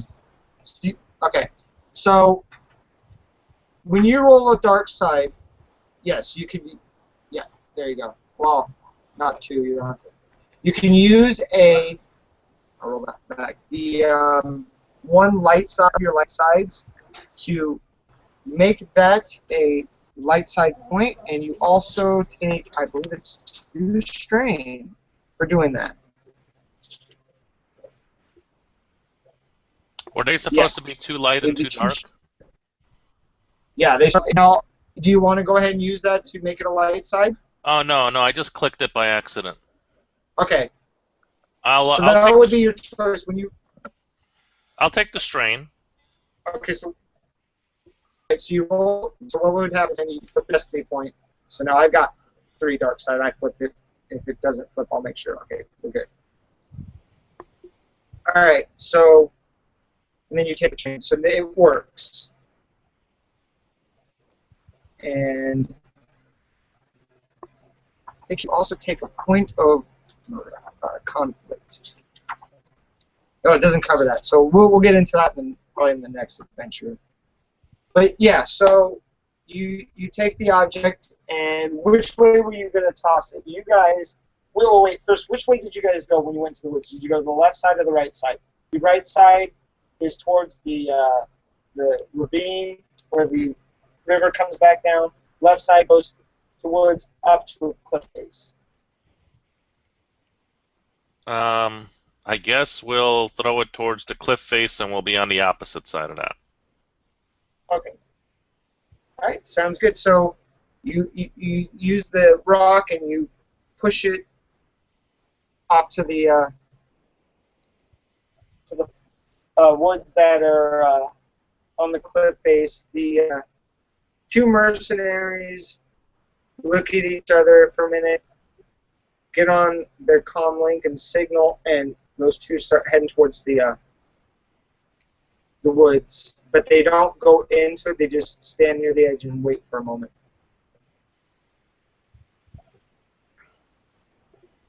So are they on our And side, after- or on the other They side? are.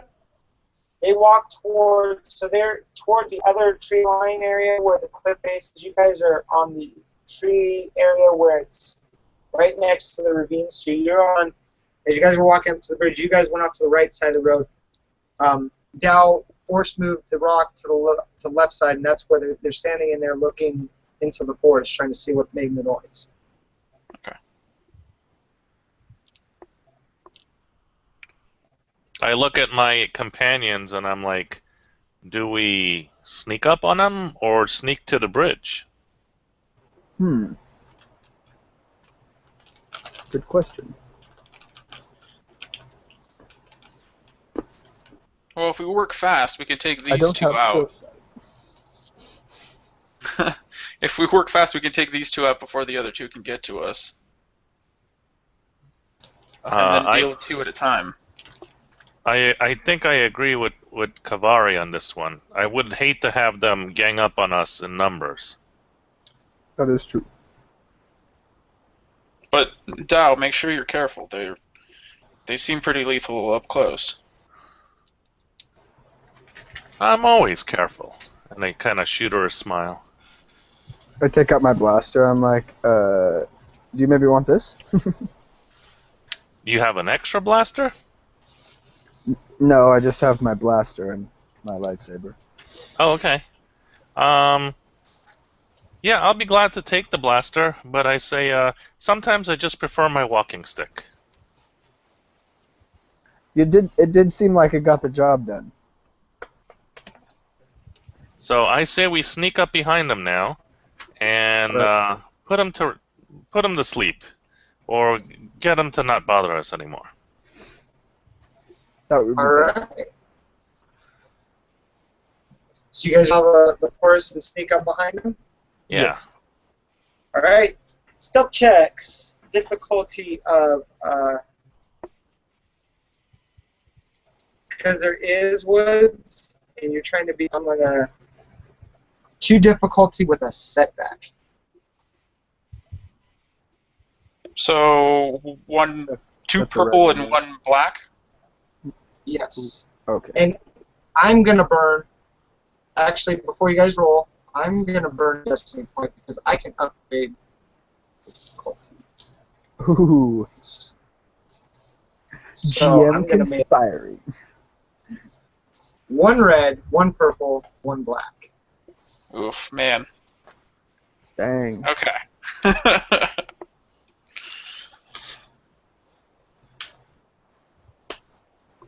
Ooh. Oh man.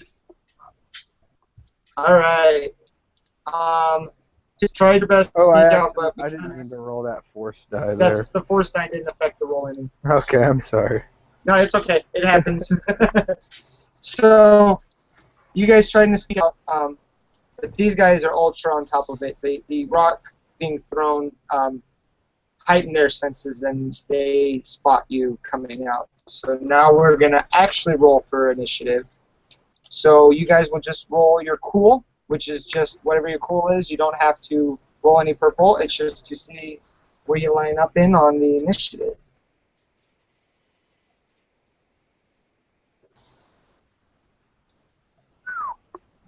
Okay.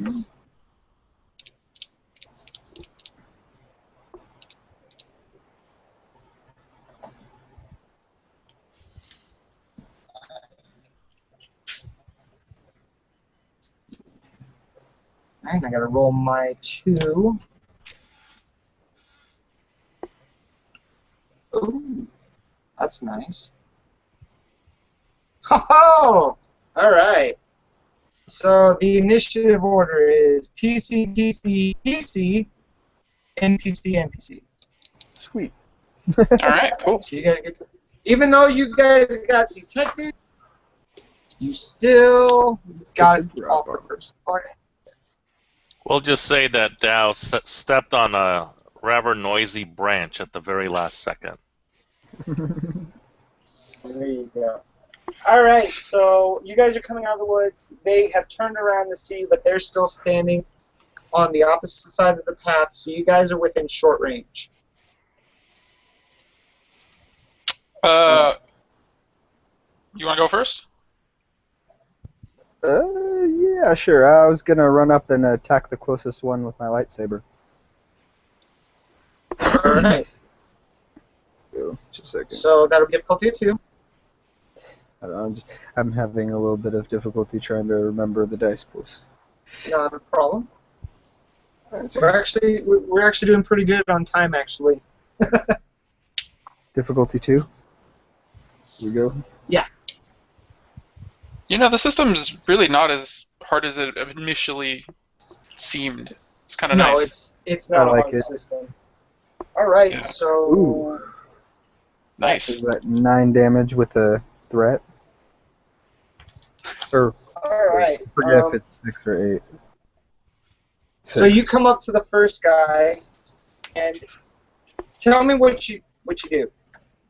I'm gonna try and sever both his legs, remembering that didn't really super work on the last guy. You sever both of his legs. That was enough to take the first guy out, Nice. especially with your lightsaber, because you got breach, and that ignores 10 soaks, so you all the soak that he had. So that was just straight shot. So, but in the process of you taking out his legs, you, I guess that's not, you overexert yourself a bit, because you're trying to succeed what you didn't accomplish the last time, and you pull a point of strength I could see for that threat. Alrighty. All right. So already one guy's out. So who wants to go next?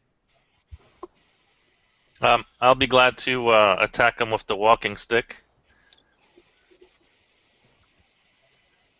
All right.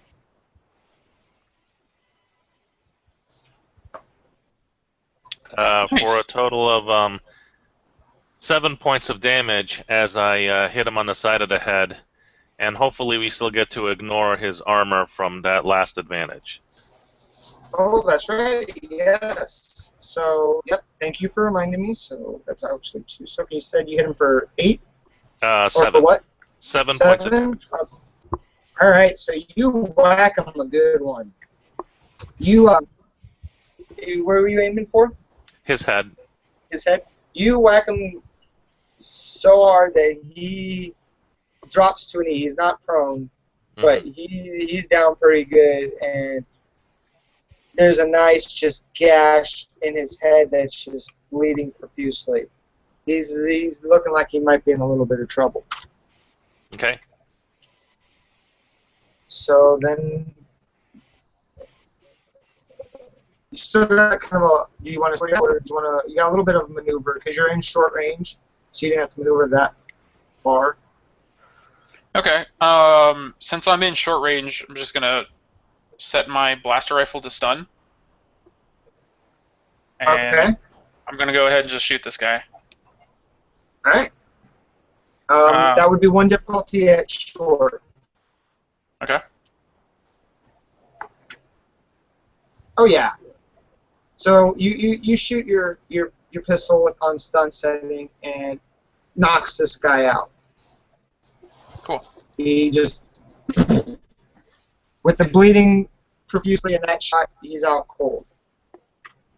And as you guys are standing there, accessing everything, you hear yelling from across the way and the bridge starting to creak as the other two mercenaries have spotted you and are starting to head your way. Can I grab It the appears guy? that Is this like? Are we still in initiative? right now you're out of combat because these guys are heading your way because they're not quite there yet, but they will be there the next round. And we hear a creak like the bridge moving? You hear the creak as they're starting to run a bridge, but you heard them yelling and starting to head that way. I'm gonna grab the guy's just- comm link. Do you say he had a comm link in his hand? Yes. I'm gonna grab that, and then ask them. Should we run and hide, or should we just meet them on the bridge? Stow the comm link in my pocket. You know what? Maybe we should meet them on the bridge and take care of them as quickly as possible before they call for more reinforcements. Maybe they don't know exactly what we are yet. Good idea. So I'm gonna run to the bridge with Dow. Can I Okay. really quickly? What can I do with my advantages here? Because I have 4 of them. Okay, well you still got strain. Yeah. Okay, how many strain do you have? I have 3 strain. Okay, you can use 3 of them and recover all your strain, and you still have 1 advantage left, Okay. which you can use to boost dice, or you can narrate something. I'll leave that up to you. What do you mean by Something that narrate will help something? you out. To like how Nick said about the armor, when you use the 3 advantage to negate the armor for a round, Mhm. the effects of it, it's something that will help your situation out. Now he did that because it was kind of an extreme thing, Mhm. and I allowed it. So, but you can like, what would help you out in the situation that doesn't, like he doesn't, like you don't automatically kill him, but something that might help give you the advantage in the situation that's going on. If not, you can just take the boost die or pass it along. I mean, I leave that to you, but that's the other option you can use with advantages. Could I aim for the other guys that are coming towards us? Would that give me any kind of advantage there, or should I just pass it along? Well, just as a suggestion, I have this. It's kind of like a little cheat sheet from the book, but for 2, you can pass along boost die to your buddies, and for 2, you could also give the targeted character's next check a setback. So maybe they slip on some water on the bridge or something, but it gives them a setback to hit us. Or like he said, maybe you Okay, can so if you narrate wanna- something else. So if you want to do that, what he suggested, what you would do is you just take back 2 strains, so you still have 1 strain, and you can use Okay. the other 2 advantage to do that for them to slip. Yeah, I'll do that. Yeah, I'll give them a setback. All right. All right. So on their next check, because they were slipping from the running, they will have a setback. And you guys are going to start making your way onto the bridge, Yeah. or okay. Can I So can I then you grab guys one of know the?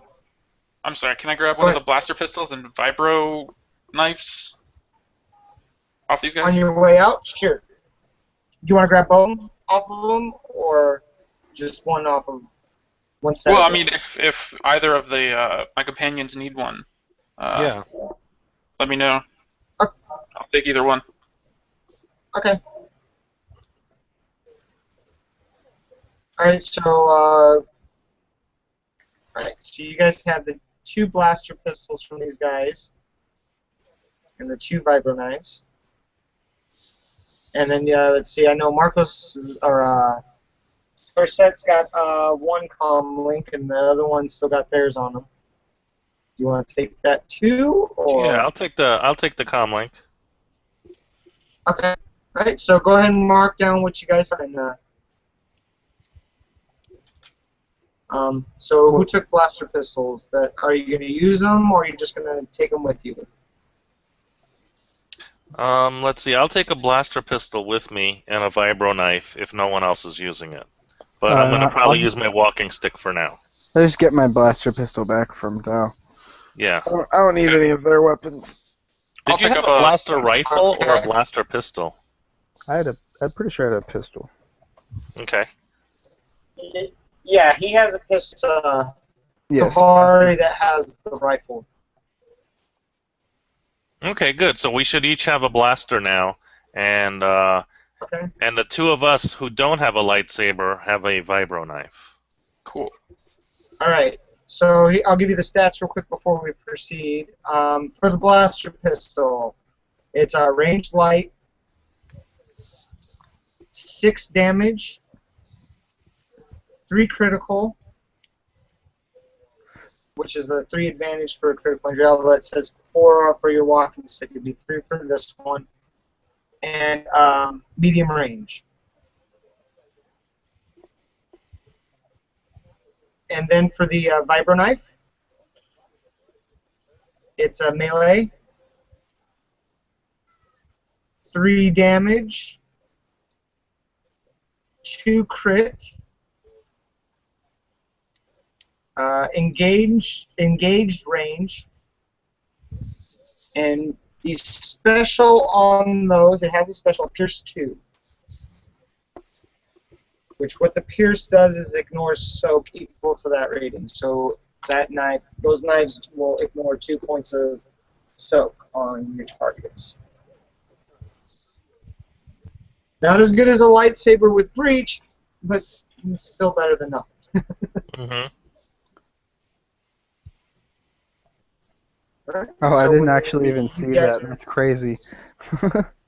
Yeah. Reduced by 10. Yeah. Per rank. Wow. So if you had breach 2, that would be 20 points. That's So, a crazy. but I haven't seen anything that has much past like 10 maybe soak. I think I've never even seen anything that high. So usually breach 1 is good enough for most anything. I know, where you chopping at, like, huge, like... Sometimes you robot gotta tank? cut a spaceship in half, man. Yeah, you That gotta would cut be- a whole spaceship in half. That would be the one thing that a higher breach would probably, if you had to cut into a spaceship, Yeah. or you wanted to just destroy a vehicle, that would probably. All right. So you guys are heading towards the center of the bridge to face off against these two. Yes. Yeah. All right. So did you roll advantage again? Cool. Oh, cool. All right. I'll let you guys roll first.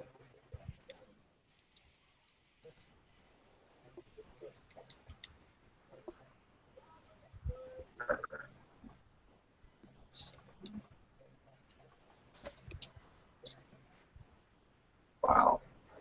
Alright, and then I'll roll my guys. I think I'm gonna arm myself with the vibro knife. By the way, it seems to be worth it for that crit. Only 2 for crit, so I'm gonna try it. Alright. And it's the same lineup again. PC, PC, PC, NPC, NPC.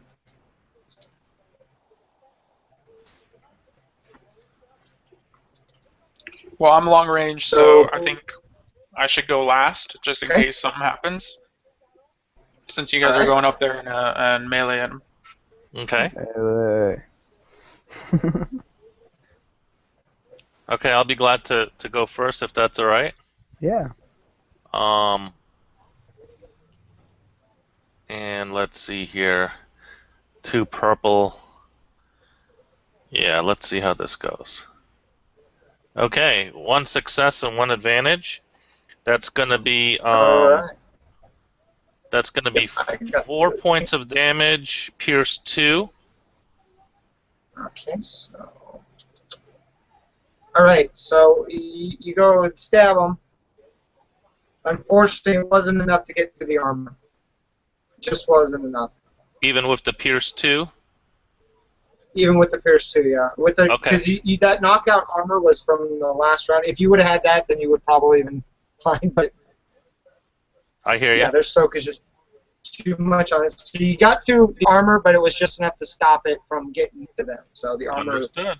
didn't quite pierce You got it. some heavy armor on. And what do you want to do for your advantage? For my advantage, I'm gonna pass a boost die to my lightsaber wielding friend by positioning the other guy in the right spot. Yeah, I'm gonna go for that All guy. right. Okay. I'm going to go and chop his blaster arm. Okay. Let's see. Is that difficulty 2? And That would be, and I yes, get a difficulty boost die. 2. And you get a boost die. Ooh. But you have, Nice. oh, Yeah. all right. That's a lot. So, let's see. That's 6, 7, 8, 9, 10. And it's the breach 1, so minus 10 on there. Right. So you take his arm off.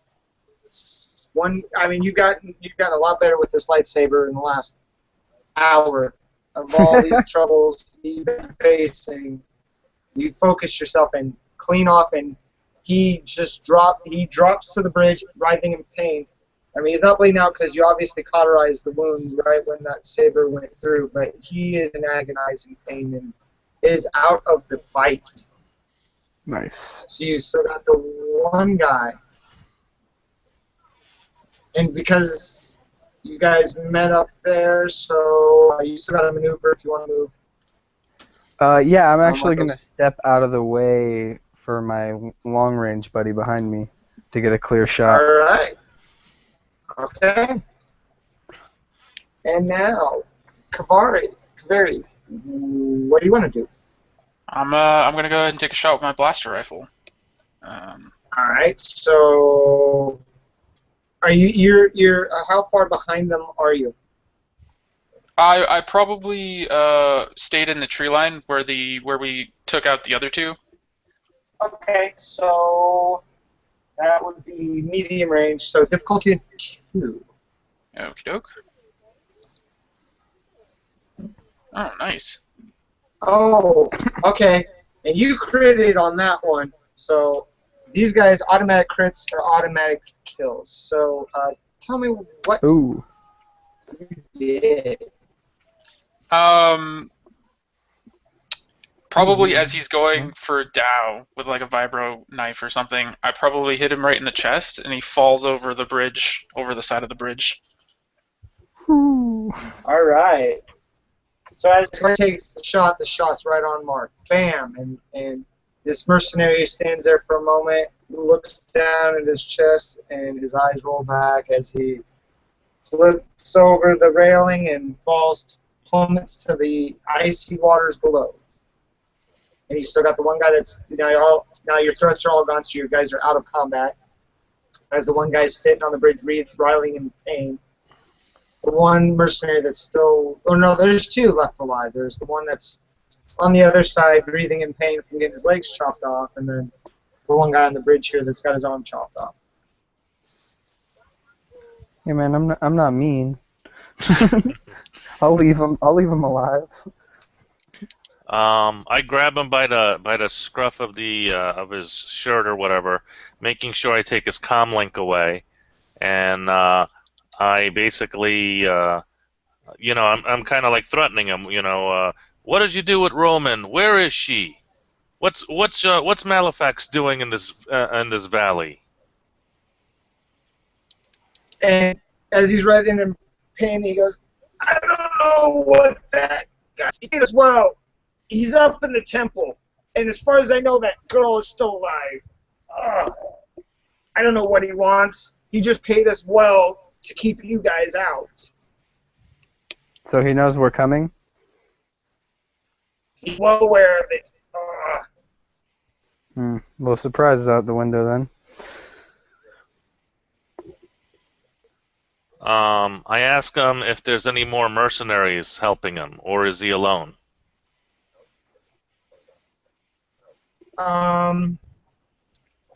Give me a persuasion check. That would most likely be a coercion, because I'm kind of threatening him. Are you threatening him? Okay, yeah, then coercion, difficulty of 1. Okay. If anything, there's just an implied hanging threat.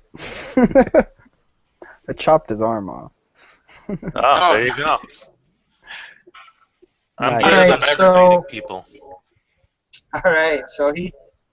he starts spilling the beans. He tells you that Malefax is not alone. There is there's it's him. It's your mentor, and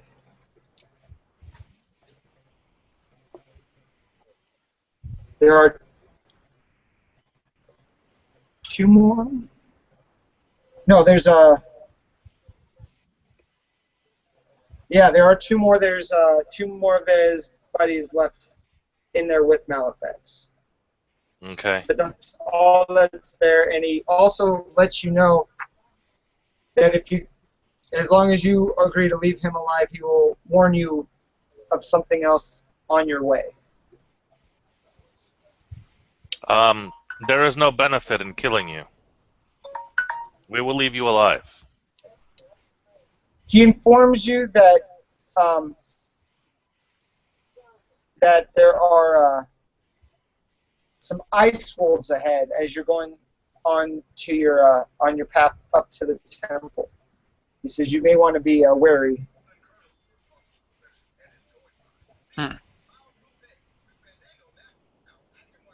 And he gets up and he gets up and he's still in pain. He goes, "Now, is there anything else, or can I go?" Oh, one of your buddies over there is still alive. You might want to help him out. He snarls, "I'll get him." And he just walks across the bridge and heads for his buddy, who's also breathing in pain. So what you got ahead after they leave is you just follow the path up towards the temple. When you get to the past the road, actually you hit a fork. The temple is off to the left side, and then there's another path that heads off to the right. Appears to be some kind of village that's sitting over there.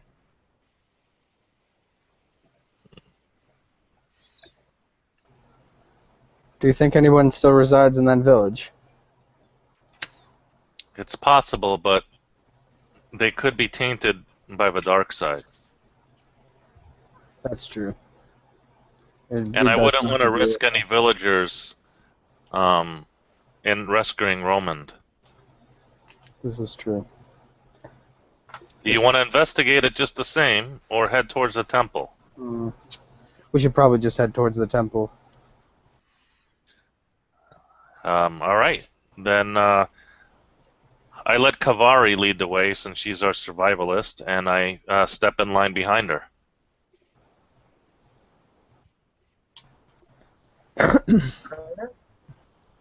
So you guys are heading towards.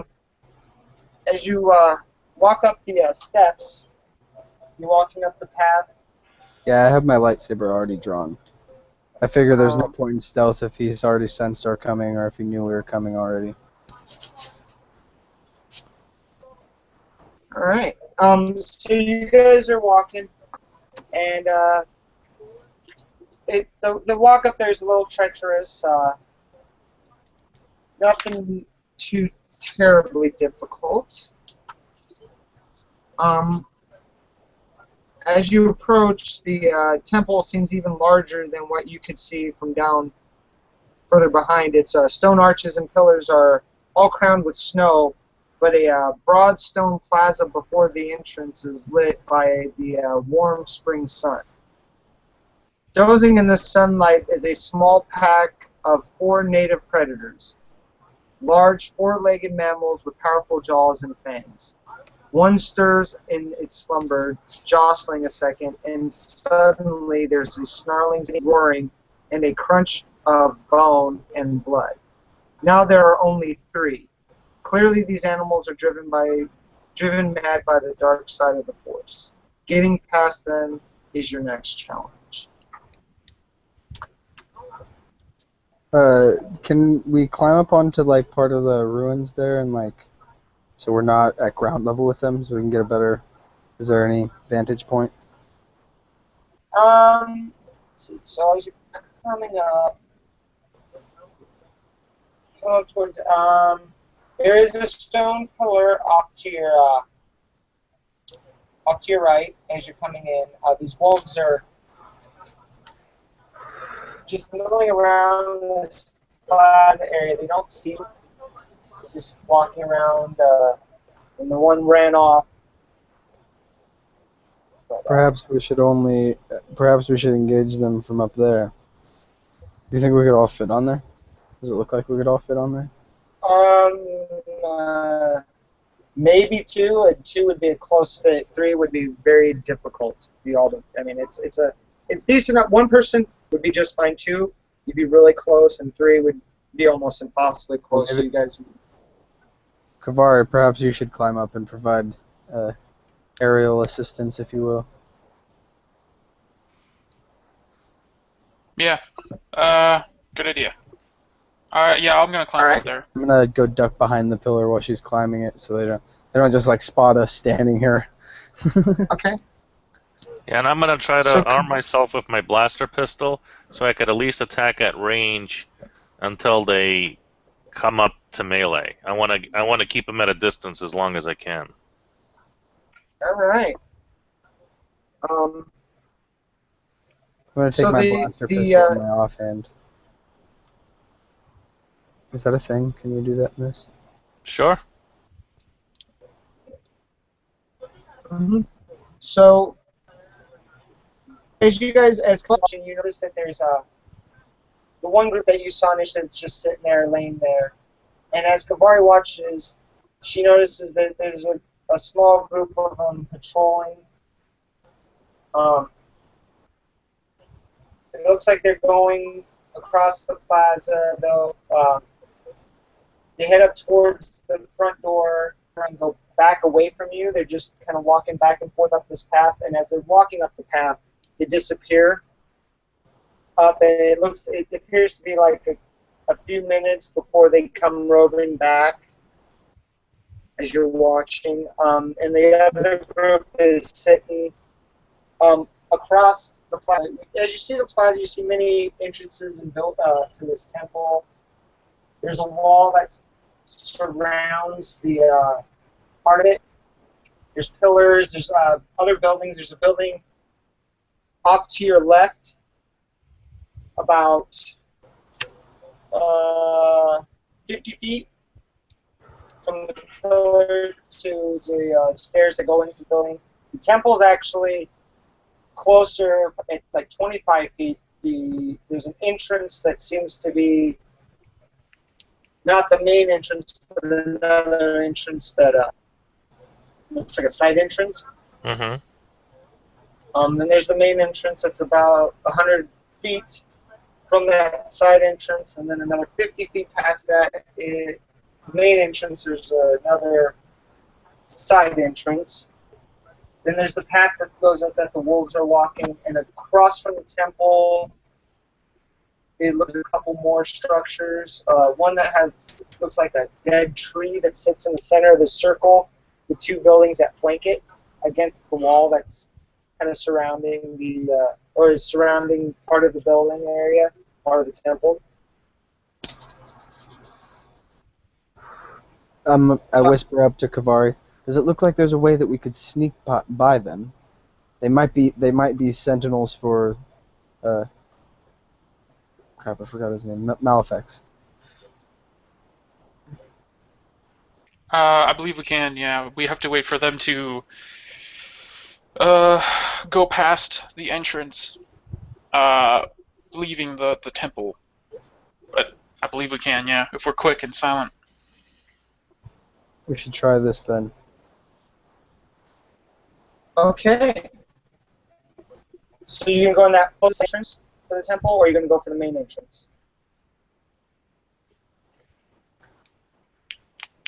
I'm thinking like that side back door kind of way, instead of coming right up the middle. I was thinking the same thing, yeah. Okay. I need you guys to make.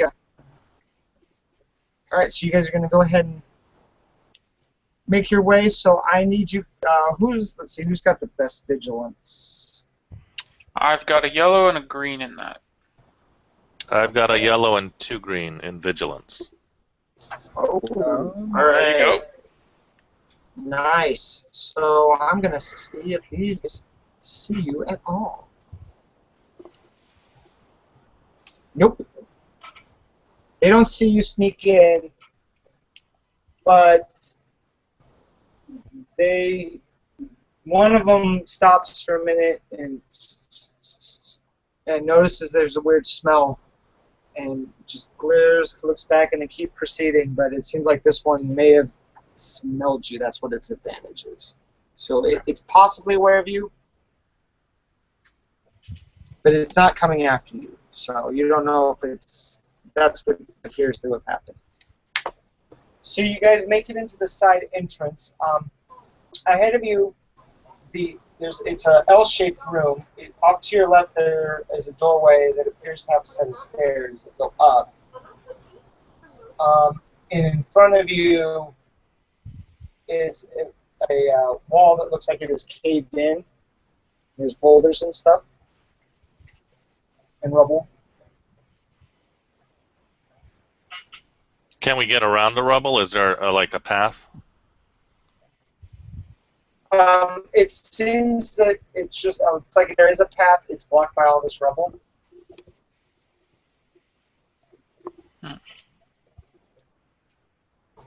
Dead end, it would seem.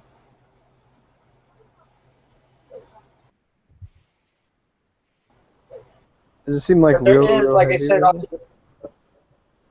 What? like I said, there was also a stairway that was off to your left as you. Oh, I didn't. Oh, there's a stairway. Yeah, there's a stairway, and then in front of you is the passage, what appears to be a passageway that is caved in. Well, let's sneak Or up. the wall just caved in. Okay. So you guys sneak up the stairs. You walk in to what? By the way, my lightsaber is no longer drawn. I don't know if I ever said that. I'd like to stop a moment on the staircase and sense all living things. All right. Give me a force roll. Another dark side. Oh man. Okay. So you want to use the light side and take 2 more strain? No, I'm gonna try to do some kind of breathing technique or exercise and kind of try to calm myself down and just tell everyone I haven't sensed anything. I don't want anger to get the best of me here.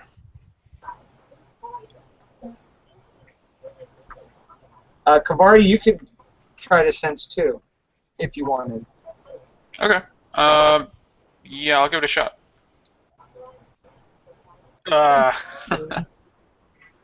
Okay, did you want to spend a destiny point?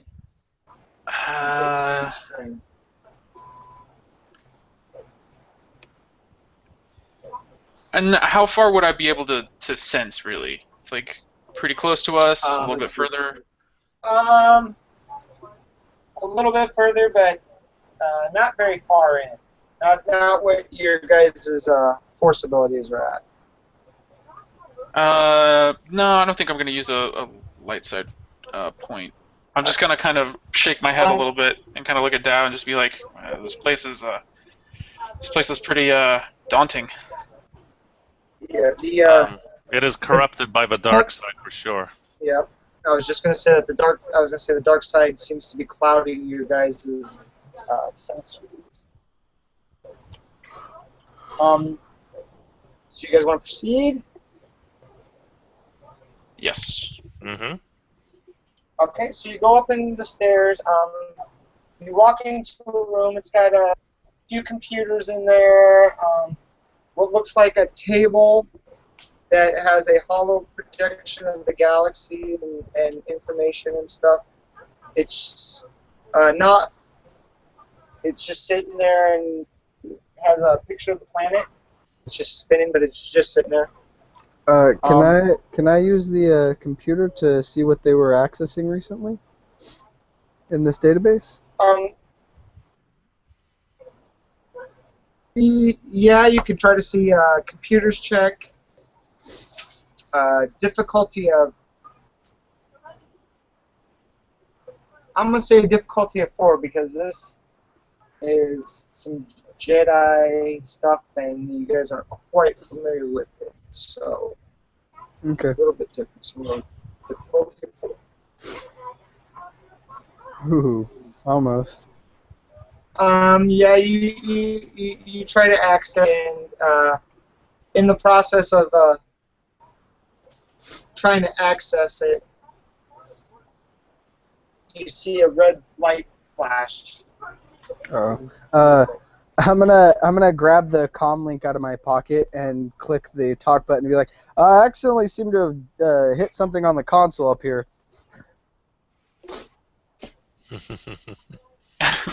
What? Rush over. It's flashing. I was just trying to see what they were accessing in this database. Oh, I'm gonna take the other guy's comm link out of my pocket and be like, false alarm. I accidentally hit something on the console up here. Nice. And you hear, all you hear is, I don't know if that worked. It's still flashing. Can I do a knowledge roll? Because I have some ancient scrolls that might be able to help me in this situation. okay, a hard 4, All right. or let's see, is 4 on yours? Or just a knowledge. It'd be just a straight knowledge check because these ones don't have 4 on it. So, What the difficulty would be? 3 purple. 3 purple.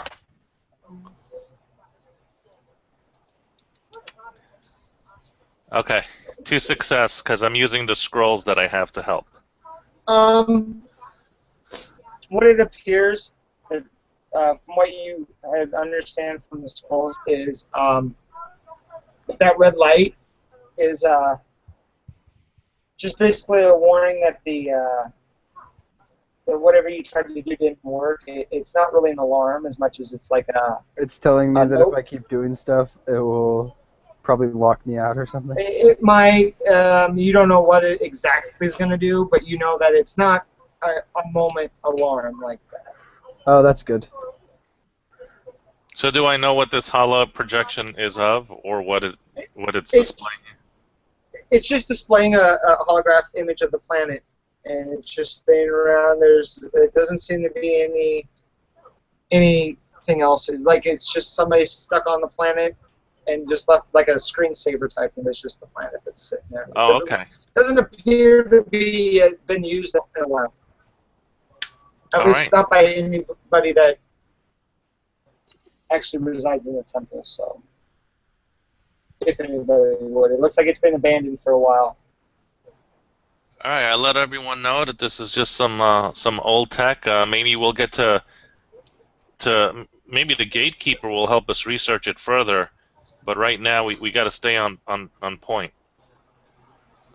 I was mostly just trying to see if there was a map of this place on there. Yeah, that would have been cool. At the mention of that, the gatekeeper comes up, pops up out from nowhere, and goes, "This is the. You guys are in what was the control room of the. The Jedi used to discuss things and missions that they would go on. He goes, Malefex is ahead in the near the main assembly hall, and for a moment the planet flickers off and a picture, a map schematic pops up. Oh, hey, Taras was right. So thank you. he shows you the map. Let me try something real quick.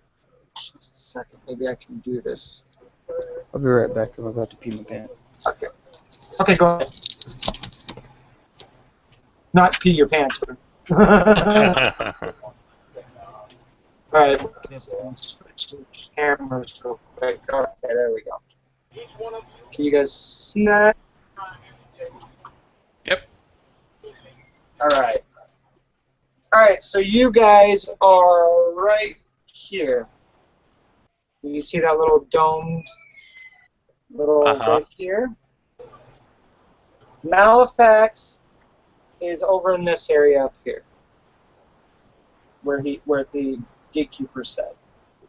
It looks like a long hallway that used to go here, but unfortunately looks like it's caved in, it broke.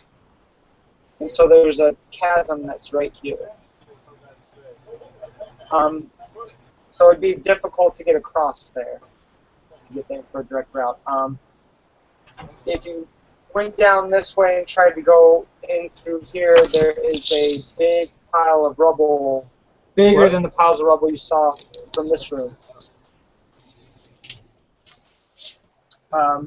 Otherwise, you could go back out and try to come in through the main door or another side door. But the wolves were coming like up and down here, this, and the other wolves were sitting over in this area, so they didn't see you guys from over here because they had a lot of, you could see them because these pillars are smaller than that one.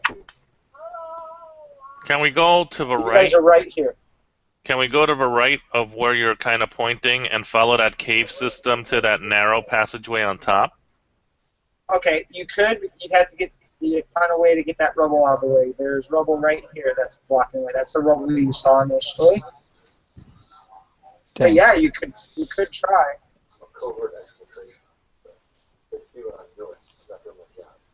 I could maybe move the rubble. I don't know though. I think you got two that have the ability to move. Kavari or Dao and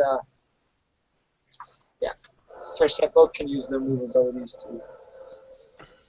Okay.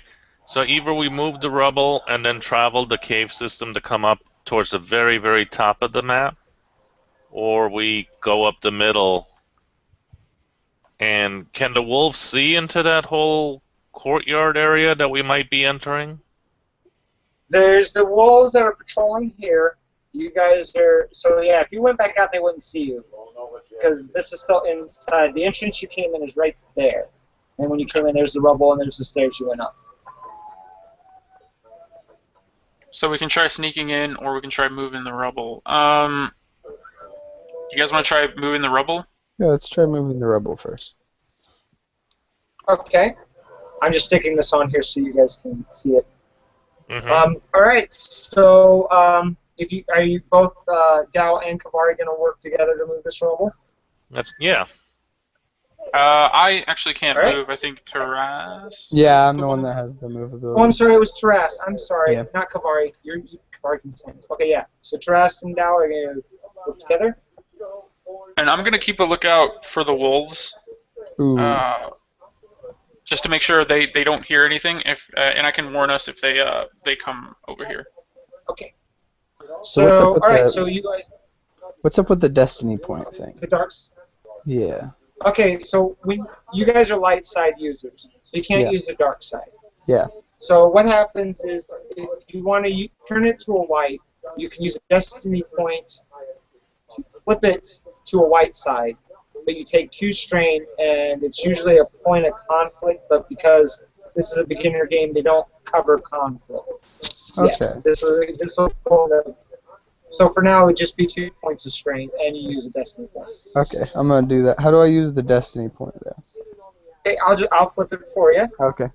So you automatically. All right. So I'll say that you guys have moved enough rubble.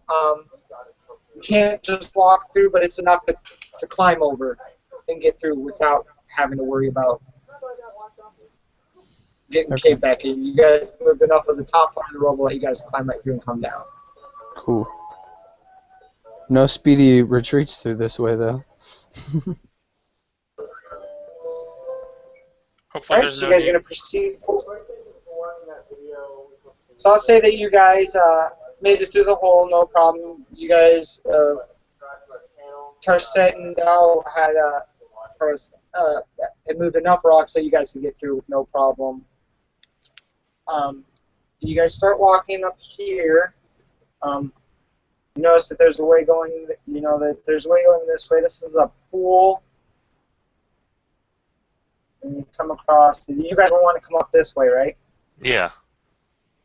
Okay. So you'll come across to the pool, and as you guys are walking up, you walk up to here and notice that there's probably about a 10 to 15 foot just drop down to the floor. So I'm going to need you guys to make athletics checks, average difficulty. So you athletics versus 2 purple.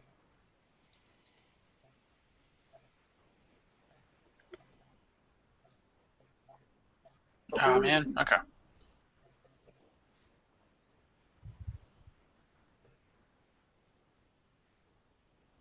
Oh, wow. All right, you guys leap down. Dow has no problems. He leaps down like a pro. Tarset, unfortunately, goes to leap down, trips over his feet because there's a little icy patch that he didn't notice, and he slips and falls right on his right side. So take one wound, and 2 strain for the fall. And Kavari, you jump down and you slip and fall right on your butt. So you get 1 strain for that. Just 1 strain? Just 1 strain, yeah, because you didn't hurt yourself because you didn't fail, but you didn't succeed. So you slipped on your butt and you got a strain for slipping on your butt. Okay, cool. And you guys will then, so going up here, and you notice when you get here that the map shows that you can get in there, but there's something blocking your way, a wall.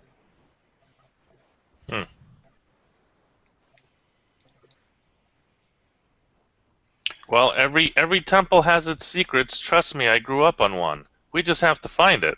And I start feeling around on the wall. All right. You feel around on the wall, and you notice that as you're feeling it, you hit the crack, and it starts to open a little bit. It's not trapped or anything. It's like a shut door, so you can move it. Okay. And I do so. All right. So as you open the door, standing in front of you is a red-skinned Davidian. And he is just yelling, "Where is it? Where is this holocron?" And as you guys come out, he looks right at you.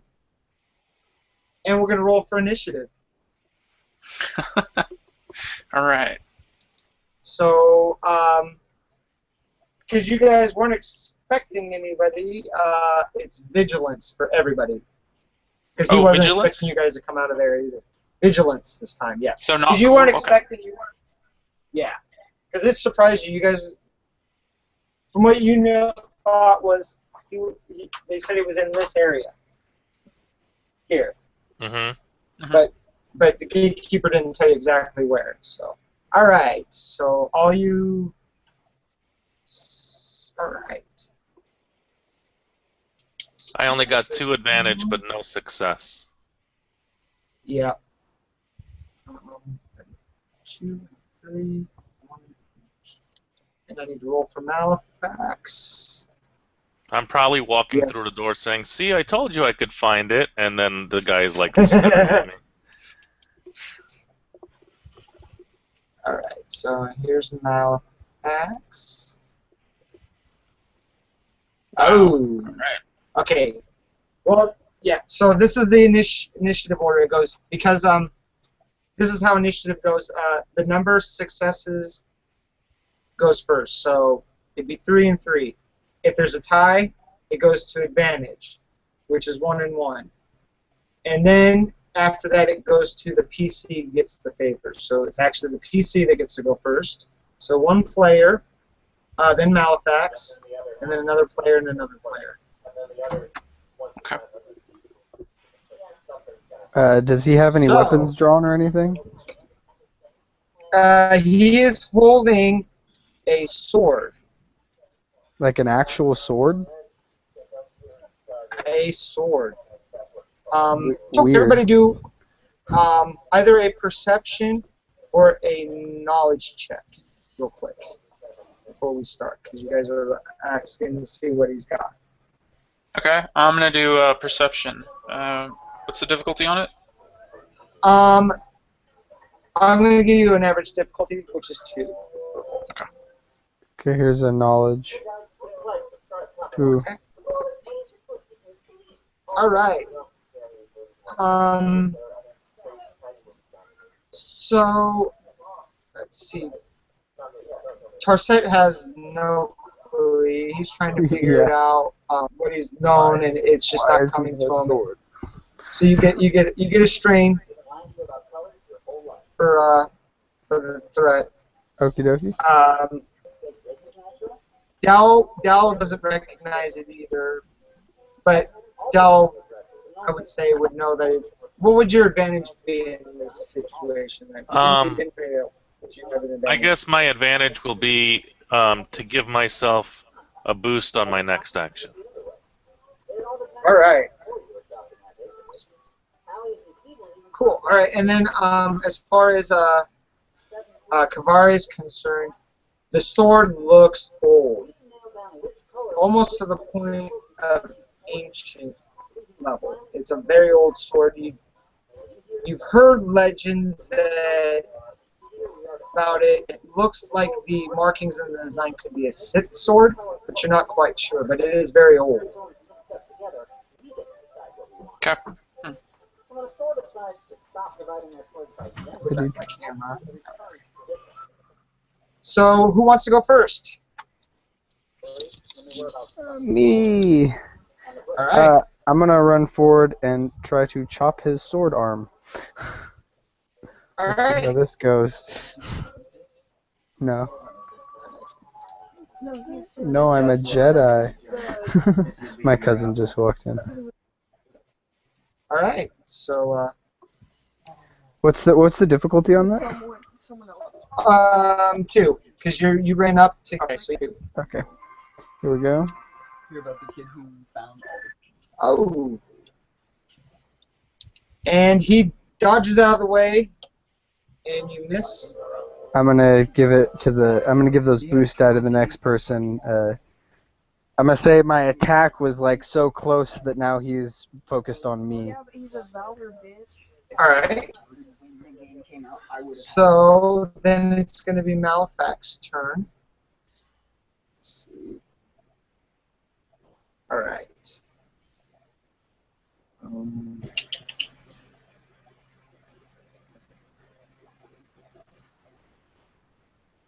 Okay, so we'll do that. So he gets 2. All right, and I'm going to spend a destiny point to raise that up, so he gets to spend dark side. dang. He's a dark side. Yeah. So he uses the force, and there are these, like in is that not Switch? There we go. All right. So like in the archives and you see in the movies, the Jedi Temple, there's all those blue, like they look like bookcases. Mm-hmm. He uses the force, rips a chunk of it out that's probably about your size. They're Tarast, and tips it over, hitting you and knock you prone underneath it. So you are now with this. It is now toppled on top of you. It's part of it. It's not the whole thing. He just ripped out a chunk of it that's about your size. Yeah. Flipped it on you. And he's going to move to medium range from you guys. Oh wait, well because you other two haven't moved yet. You're at short. You went to engaged. So yeah, he just moved one, and he's at medium from Dow and Kavari because you guys haven't come out yet and make your maneuver, and short range from Trast. So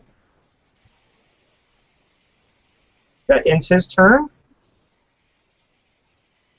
And whoever wants to go next, Dow or Kavari? Kavari? Okay. I'll take. I'm gonna yell. That's get away from him, and I'm just gonna shoot my blaster at him. See if he gets out of the way or not. So medium All right, is so 2. 2. Yep. And did I get a boost die from? Yes. 2 of them. 2 of them. Okay. 1? Did you say 1? I 2. wasn't sure on how that worked. Does it just pass the whole thing over? Or does Yeah, it yeah. cost So one to yeah, pass it'd be it and 2 then if you passed in fall. Okay, okay. So it'd be 2. I'm passing. If you just pass them on to the next, it only costs 2 for 1 die if you want to pass it to a specific person. Okay, so to a specific person. Okay. Yep. All right, so that is. And my blaster does 9 damage with every 10. success. +1 every success, yeah. So 10. All right. So you hit him, and so 10. And he takes a good shot. He's not down, but the shot hit. Well, where did you aim for him? Or where were you generally shooting? Because you didn't really aim. So I think, yeah, I wasn't really aiming. It was more of like a reaction shot to him pinning okay. Trask down. All right. So when it shot, it hit him in the side. He's got a nice about a ½ inch deep and about 1.5 inches wide, like blaster shot that goes right along his side. It's all cauterized. He's not bleeding out, but he's hurting a little bit. So. Mm-hmm. And I'm gonna use my 2 advantage to give a boost die to Trask. Okay. And are you gonna stay there, or are you gonna move? Yeah, I'm just gonna stay there. Okay. Yeah. So that goes to Dow then. Okay.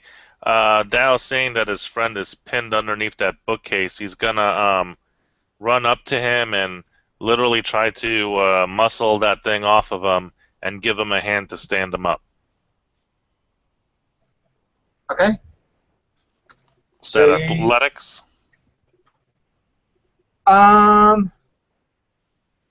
Yeah, let's go with the athletics. Difficulty of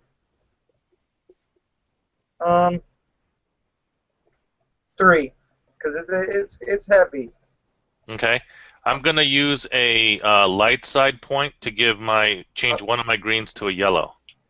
Okay, sounds good. Summon up some inner strength there. Ah, threat. Dang it.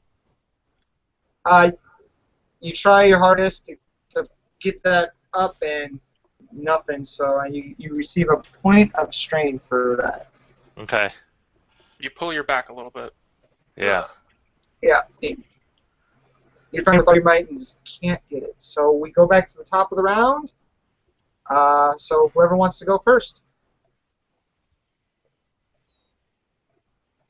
I'd like to try to help Tarast again, if that's all right. Okay. Same difficulty? You guys mind if I use our last light side to help him? I'd say go for it. I didn't know it was a collective pool, but yes. Yeah, it's collective. Cool. I gotcha. Otherwise, I wouldn't have done that. Oh man, this is awful. Oh man. I get 3 advantages, so I'm gonna say with my 3 advantages, I failed to do it myself, but I helped Tarast enough that he's gonna get 3 boost die to help himself get out. Awesome. Maybe he could do like a bench press it or something and wiggle out. Yeah. Alright, so now that it's Malefax's turn, he's going to roll. Oh man. Alright. So I'm going to spend a dark side to... he's going to take Kavari, who's, we know shot him, and pushes Kavari back. This Kavari pushes her back. Not real far, just enough to push her back. So she stumbles back in, and Kavari is now on her back. Okay. And he will now move. So he's medium and then short. He's gonna draw his sword and move up to where Tarast and Doa are at. And that ends his turn, so...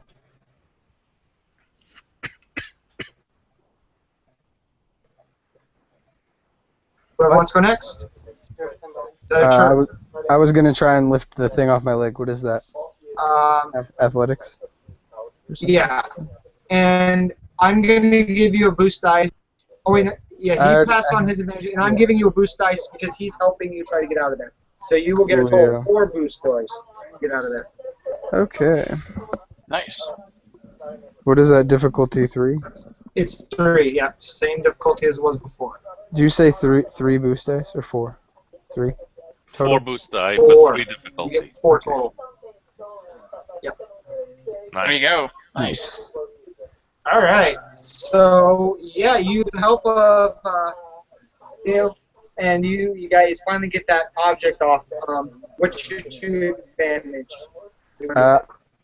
Can I fling it over so that it's like cover, like so it's like up on its side? In between you and Malefax. Yeah. Okay. Yeah, I'll allow it. So you get it, and you guys push in away as you're seeing Malefax come up to you. So you push it in away. So now this whatever object, the bookcase or whatever, is now in between you and Malefax. So you guys now got cover. Partial cover, anyway.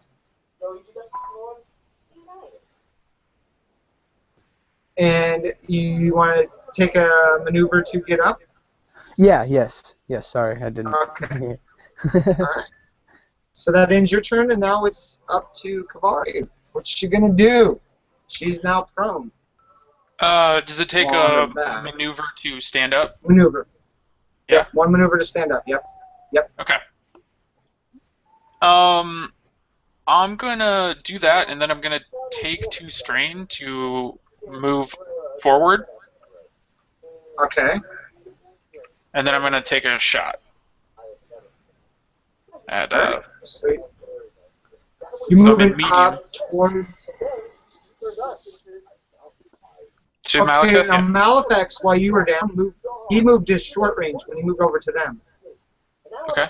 So now he's within short range of you, so just so you're aware. You don't have to move closer to him then. You could maybe take 2 strain to aim and give yourself a boost die. That's true. You know what? I'm going to move up and send my blaster to stun. The way we get this guy alive. If that's something I can do. Or yeah. Sure, try. So you're going to engage range? Yeah. Alright. So that is 2 difficulty. Oh, 2 difficulty? Oh, sorry. I'll just roll. Yes, because you're still using a blaster weapon. Okay, so I'll just roll another purple. Yeah, you can just roll another purple. Yeah, that's fine. Okay. Alright. Well, so, let's see. Doesn't strain damage. You're using stun. Let's see. Which one are you using? Your rifle? Yeah. Okay, so 9, 10 stun. 10. Alright, so you knocked him down to. You knocked him good. He's wobbly, and you hit him with the stun at that close range, but he's not out by any means. Okay. But he's wobbly. All right. Cool. So then we go back to the top of the order. I look at Taras and I'm like, after you. I'm going to jump over the cover at him and try to, let's see, can I spend another 2 strain to, like, aim for a non-vital spot? Like, hit him, like, in his lower abdomen and then just pull it out immediately so I don't chop him in half on accident or something? Because I know the jump over the thing's part of the maneuver or whatever, and then I was going to chop That's your him. maneuver, yeah. But I wanna instead of chopping him, I wanna just be like, you know, so I don't kill him with the lightsaber there. Alright, I would say, yeah, if you're trying to just not kill him, you'd be able to.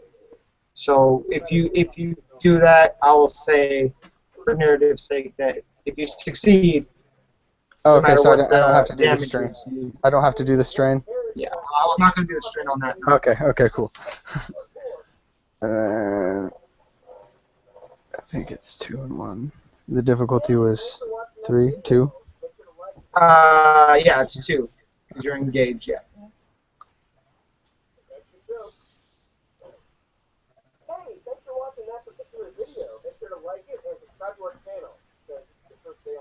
There it goes. Oh, didn't quite hit him. I'm gonna pass the boost die to the next guy. Okay.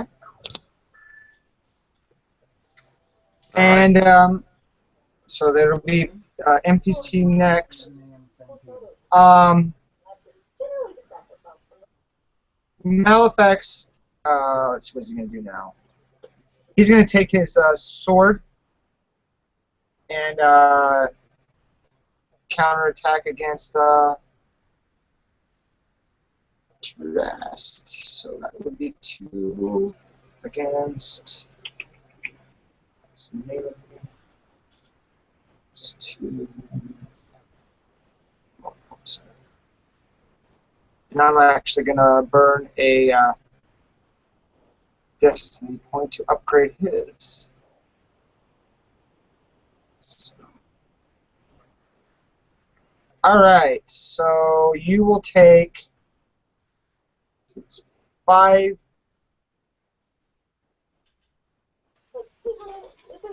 damage, so and it's got Pierce 2, so Yeah, you'd actually take 2 damage auto, and then if your 3 covers your soak, which I believe it does.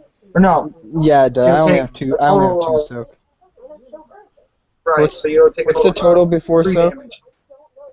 Before I'm- soak is 5. But he's got Pierce 2. Okay, I'm gonna use my oh wait, how much strain do I have left? Yeah, I'm gonna use my parry ability, the other thing that I got for my level up. When hit by a melee attack, Okay. suffer 3 strain to reduce damage by 2 plus ranks in parry. I'm assuming I have 1 rank Right, yeah, when plus you 3. So I can parry the attack then, right? Or Yep, so let's see, you get the Pierce 2 and 3, and then you take so I off take 2 damage. 2. So well, wait, is it 2 or does it take off 1?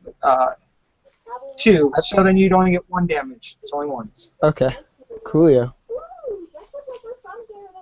So he swings and goes to hit you, but you're ready for it Parry and with you that, right? block it. But his momentum takes him and a nick shift in the side.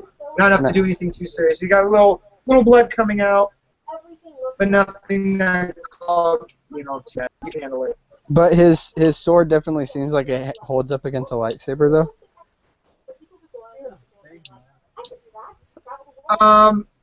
Yeah, that's a good. I can't remember if this has kurtosis. No, So I feel like if I parry it, it should So, be chopped. yeah. So his sword now, with you parrying it, is split in half and is now ruined. Yes. But when you split, the part of the blade kept going, and that's what nicked you, was Yeah. the tip of the blade. All right. Sweet. So that ends. No, now he can maneuver. So, at seeing his sword, he's gonna move back. So now he is short range from you two and medium range from Kavari. Okay. So, so it's Dal and Kavari, right? Yeah, I'd like to come out from the other side of the wall and come out swinging with my walking stick and just be yelling, "What have you done with Romand?" as I swing. And I'm going to use a light side point to give me a little bit better chance to hit him. Okay. Heck yeah. So it's again 2 purple. If you moved up to him, right? Yeah. Yeah. Nice. There you go. All right. Oh, So all that right. is. Okay, Oh, so wow. that'll be 9 points of damage Nice. with All a right. walking stick. I crack All right, him so across the jaw. The jaw. You crack him across the jaw, and he goes down to one knee, and he looks up, and when you ask where Romand is, he says, "I'm gonna tell you."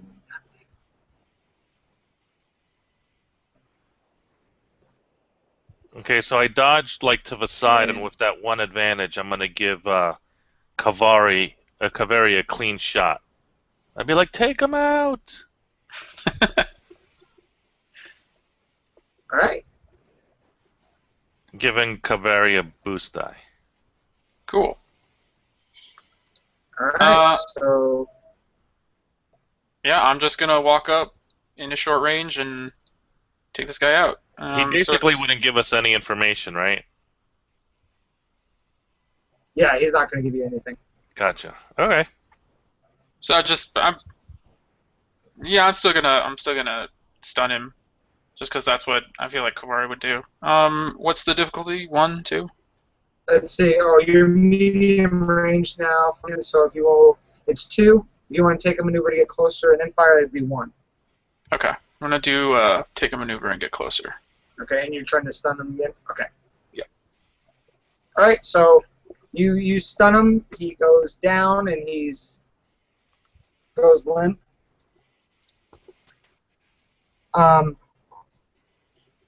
As the fight ends, there's the 2 buddies that the mercenary said was in there come into the archives hearing the commotion. One of them holding Ramond, she's tied up, and as they look and see that Malefex is on the ground, they're like, "We're not getting paid enough for this," and they both just hightail it out. They're leaving Ramond standing there tied up. Right. I'll immediately walk up to her and free her. Hey, Ramon says, "My friends, I was worried that my message would not reach you. I had only moments when Malefex took me. I've never been happier to see you in my life. In all my life, sorry." She slowly struggles to her feet, clearly damaged by her ordeal, but still smiling. "And I'm so glad that this has brought you all together. I think this could be a grand opportunity for you to learn from each other and from this temple. I believe it has secrets to uncover." And then the gatekeeper appears. "You're quite right." And as they go on talking, the gatekeeper says, "Although you have defeated Malefex, the stain of dark side corruption still remains. As long as Malefex lives, this dark core is here. The dark side will never be fully cleansed." Yes, he spoke of something. The what did he say? Hollow flux, hollow something or other. Hollow. I will tell you everything you need to know, but first, I cannot do it myself. You guys put an end to Malefac's life. Oh, he wants us to kill him? Mm-hmm. Seems that way, yeah. He I don't says, know. I would not normally ask you of this, but he is a threat to everything that lives here, and everyone who lives here. As long as he remains alive and here in this valley. That was not part of the agreement.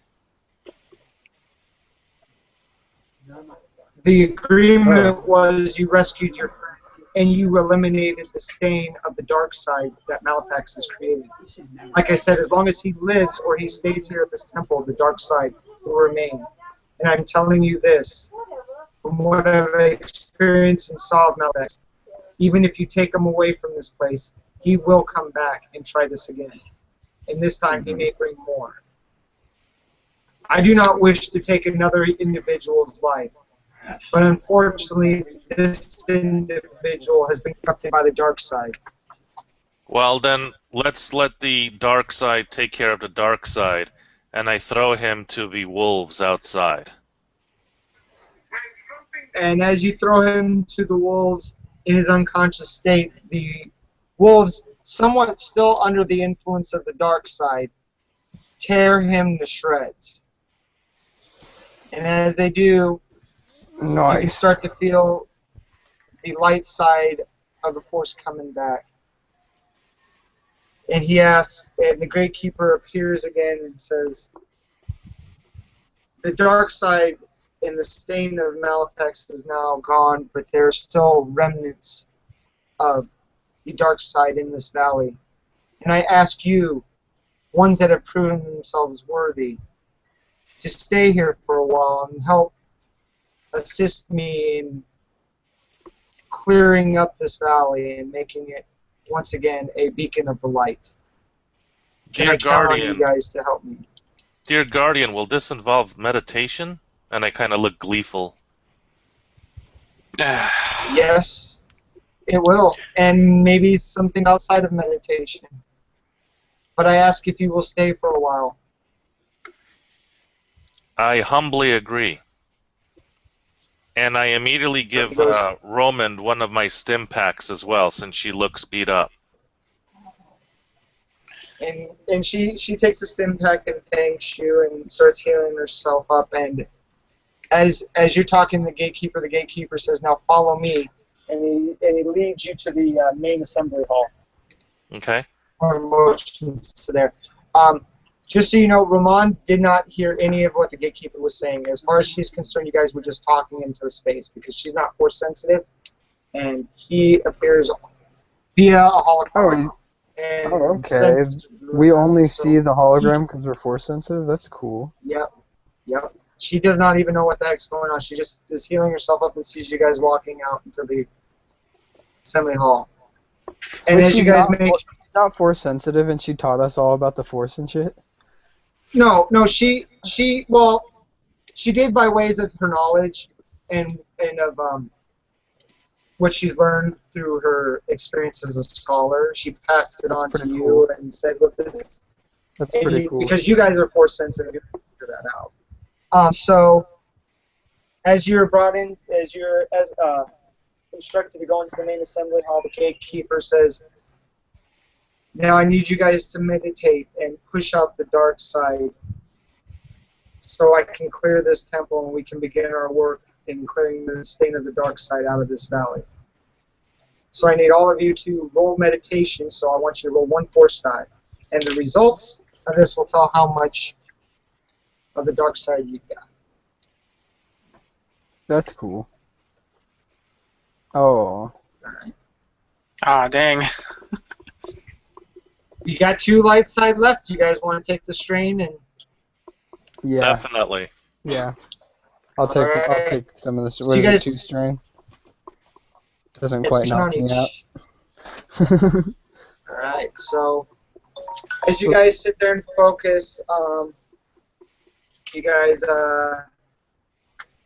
eventually, with all the conflict of what you guys, the 2 of you that rolled dark side, the conflict still is bothering you, what has happened, and some of the moral consequences you guys were led to believe were questioned, but you pushed through, and you begin to feel the light side and fill this temple.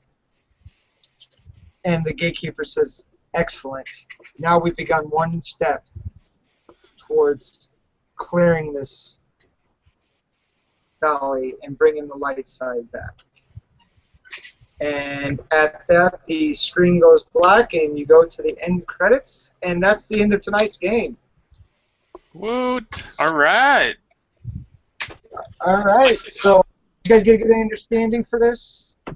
It'll help out Yeah. quite a bit on understanding how the game goes. And like I said, the next adventures will get more into the conflict of how that works and stuff like that. But yeah, you guys did excellent. It was awesome, and we actually got through it in the time allotted, plenty of time. So I don't have anything more for the game. I'm going to go ahead and cut the broadcast off for tonight. I'd like to thank everybody who has been watching. I've seen a couple of viewers come in and out. And for everybody who's going to watch it in the future, 2 weeks from tonight, we will have the next episode. Whether we have new adventurers or we have the old ones will remain a mystery until 2 weeks from tonight. So until then, I will see you guys next time. Tomorrow night, if you guys are watching live, GM's Dice, 10 p.m. Central, at the edge of the Empire. Otherwise, this is Chris signing off, saying good night, and we'll see you next time. All right. Good night, everybody.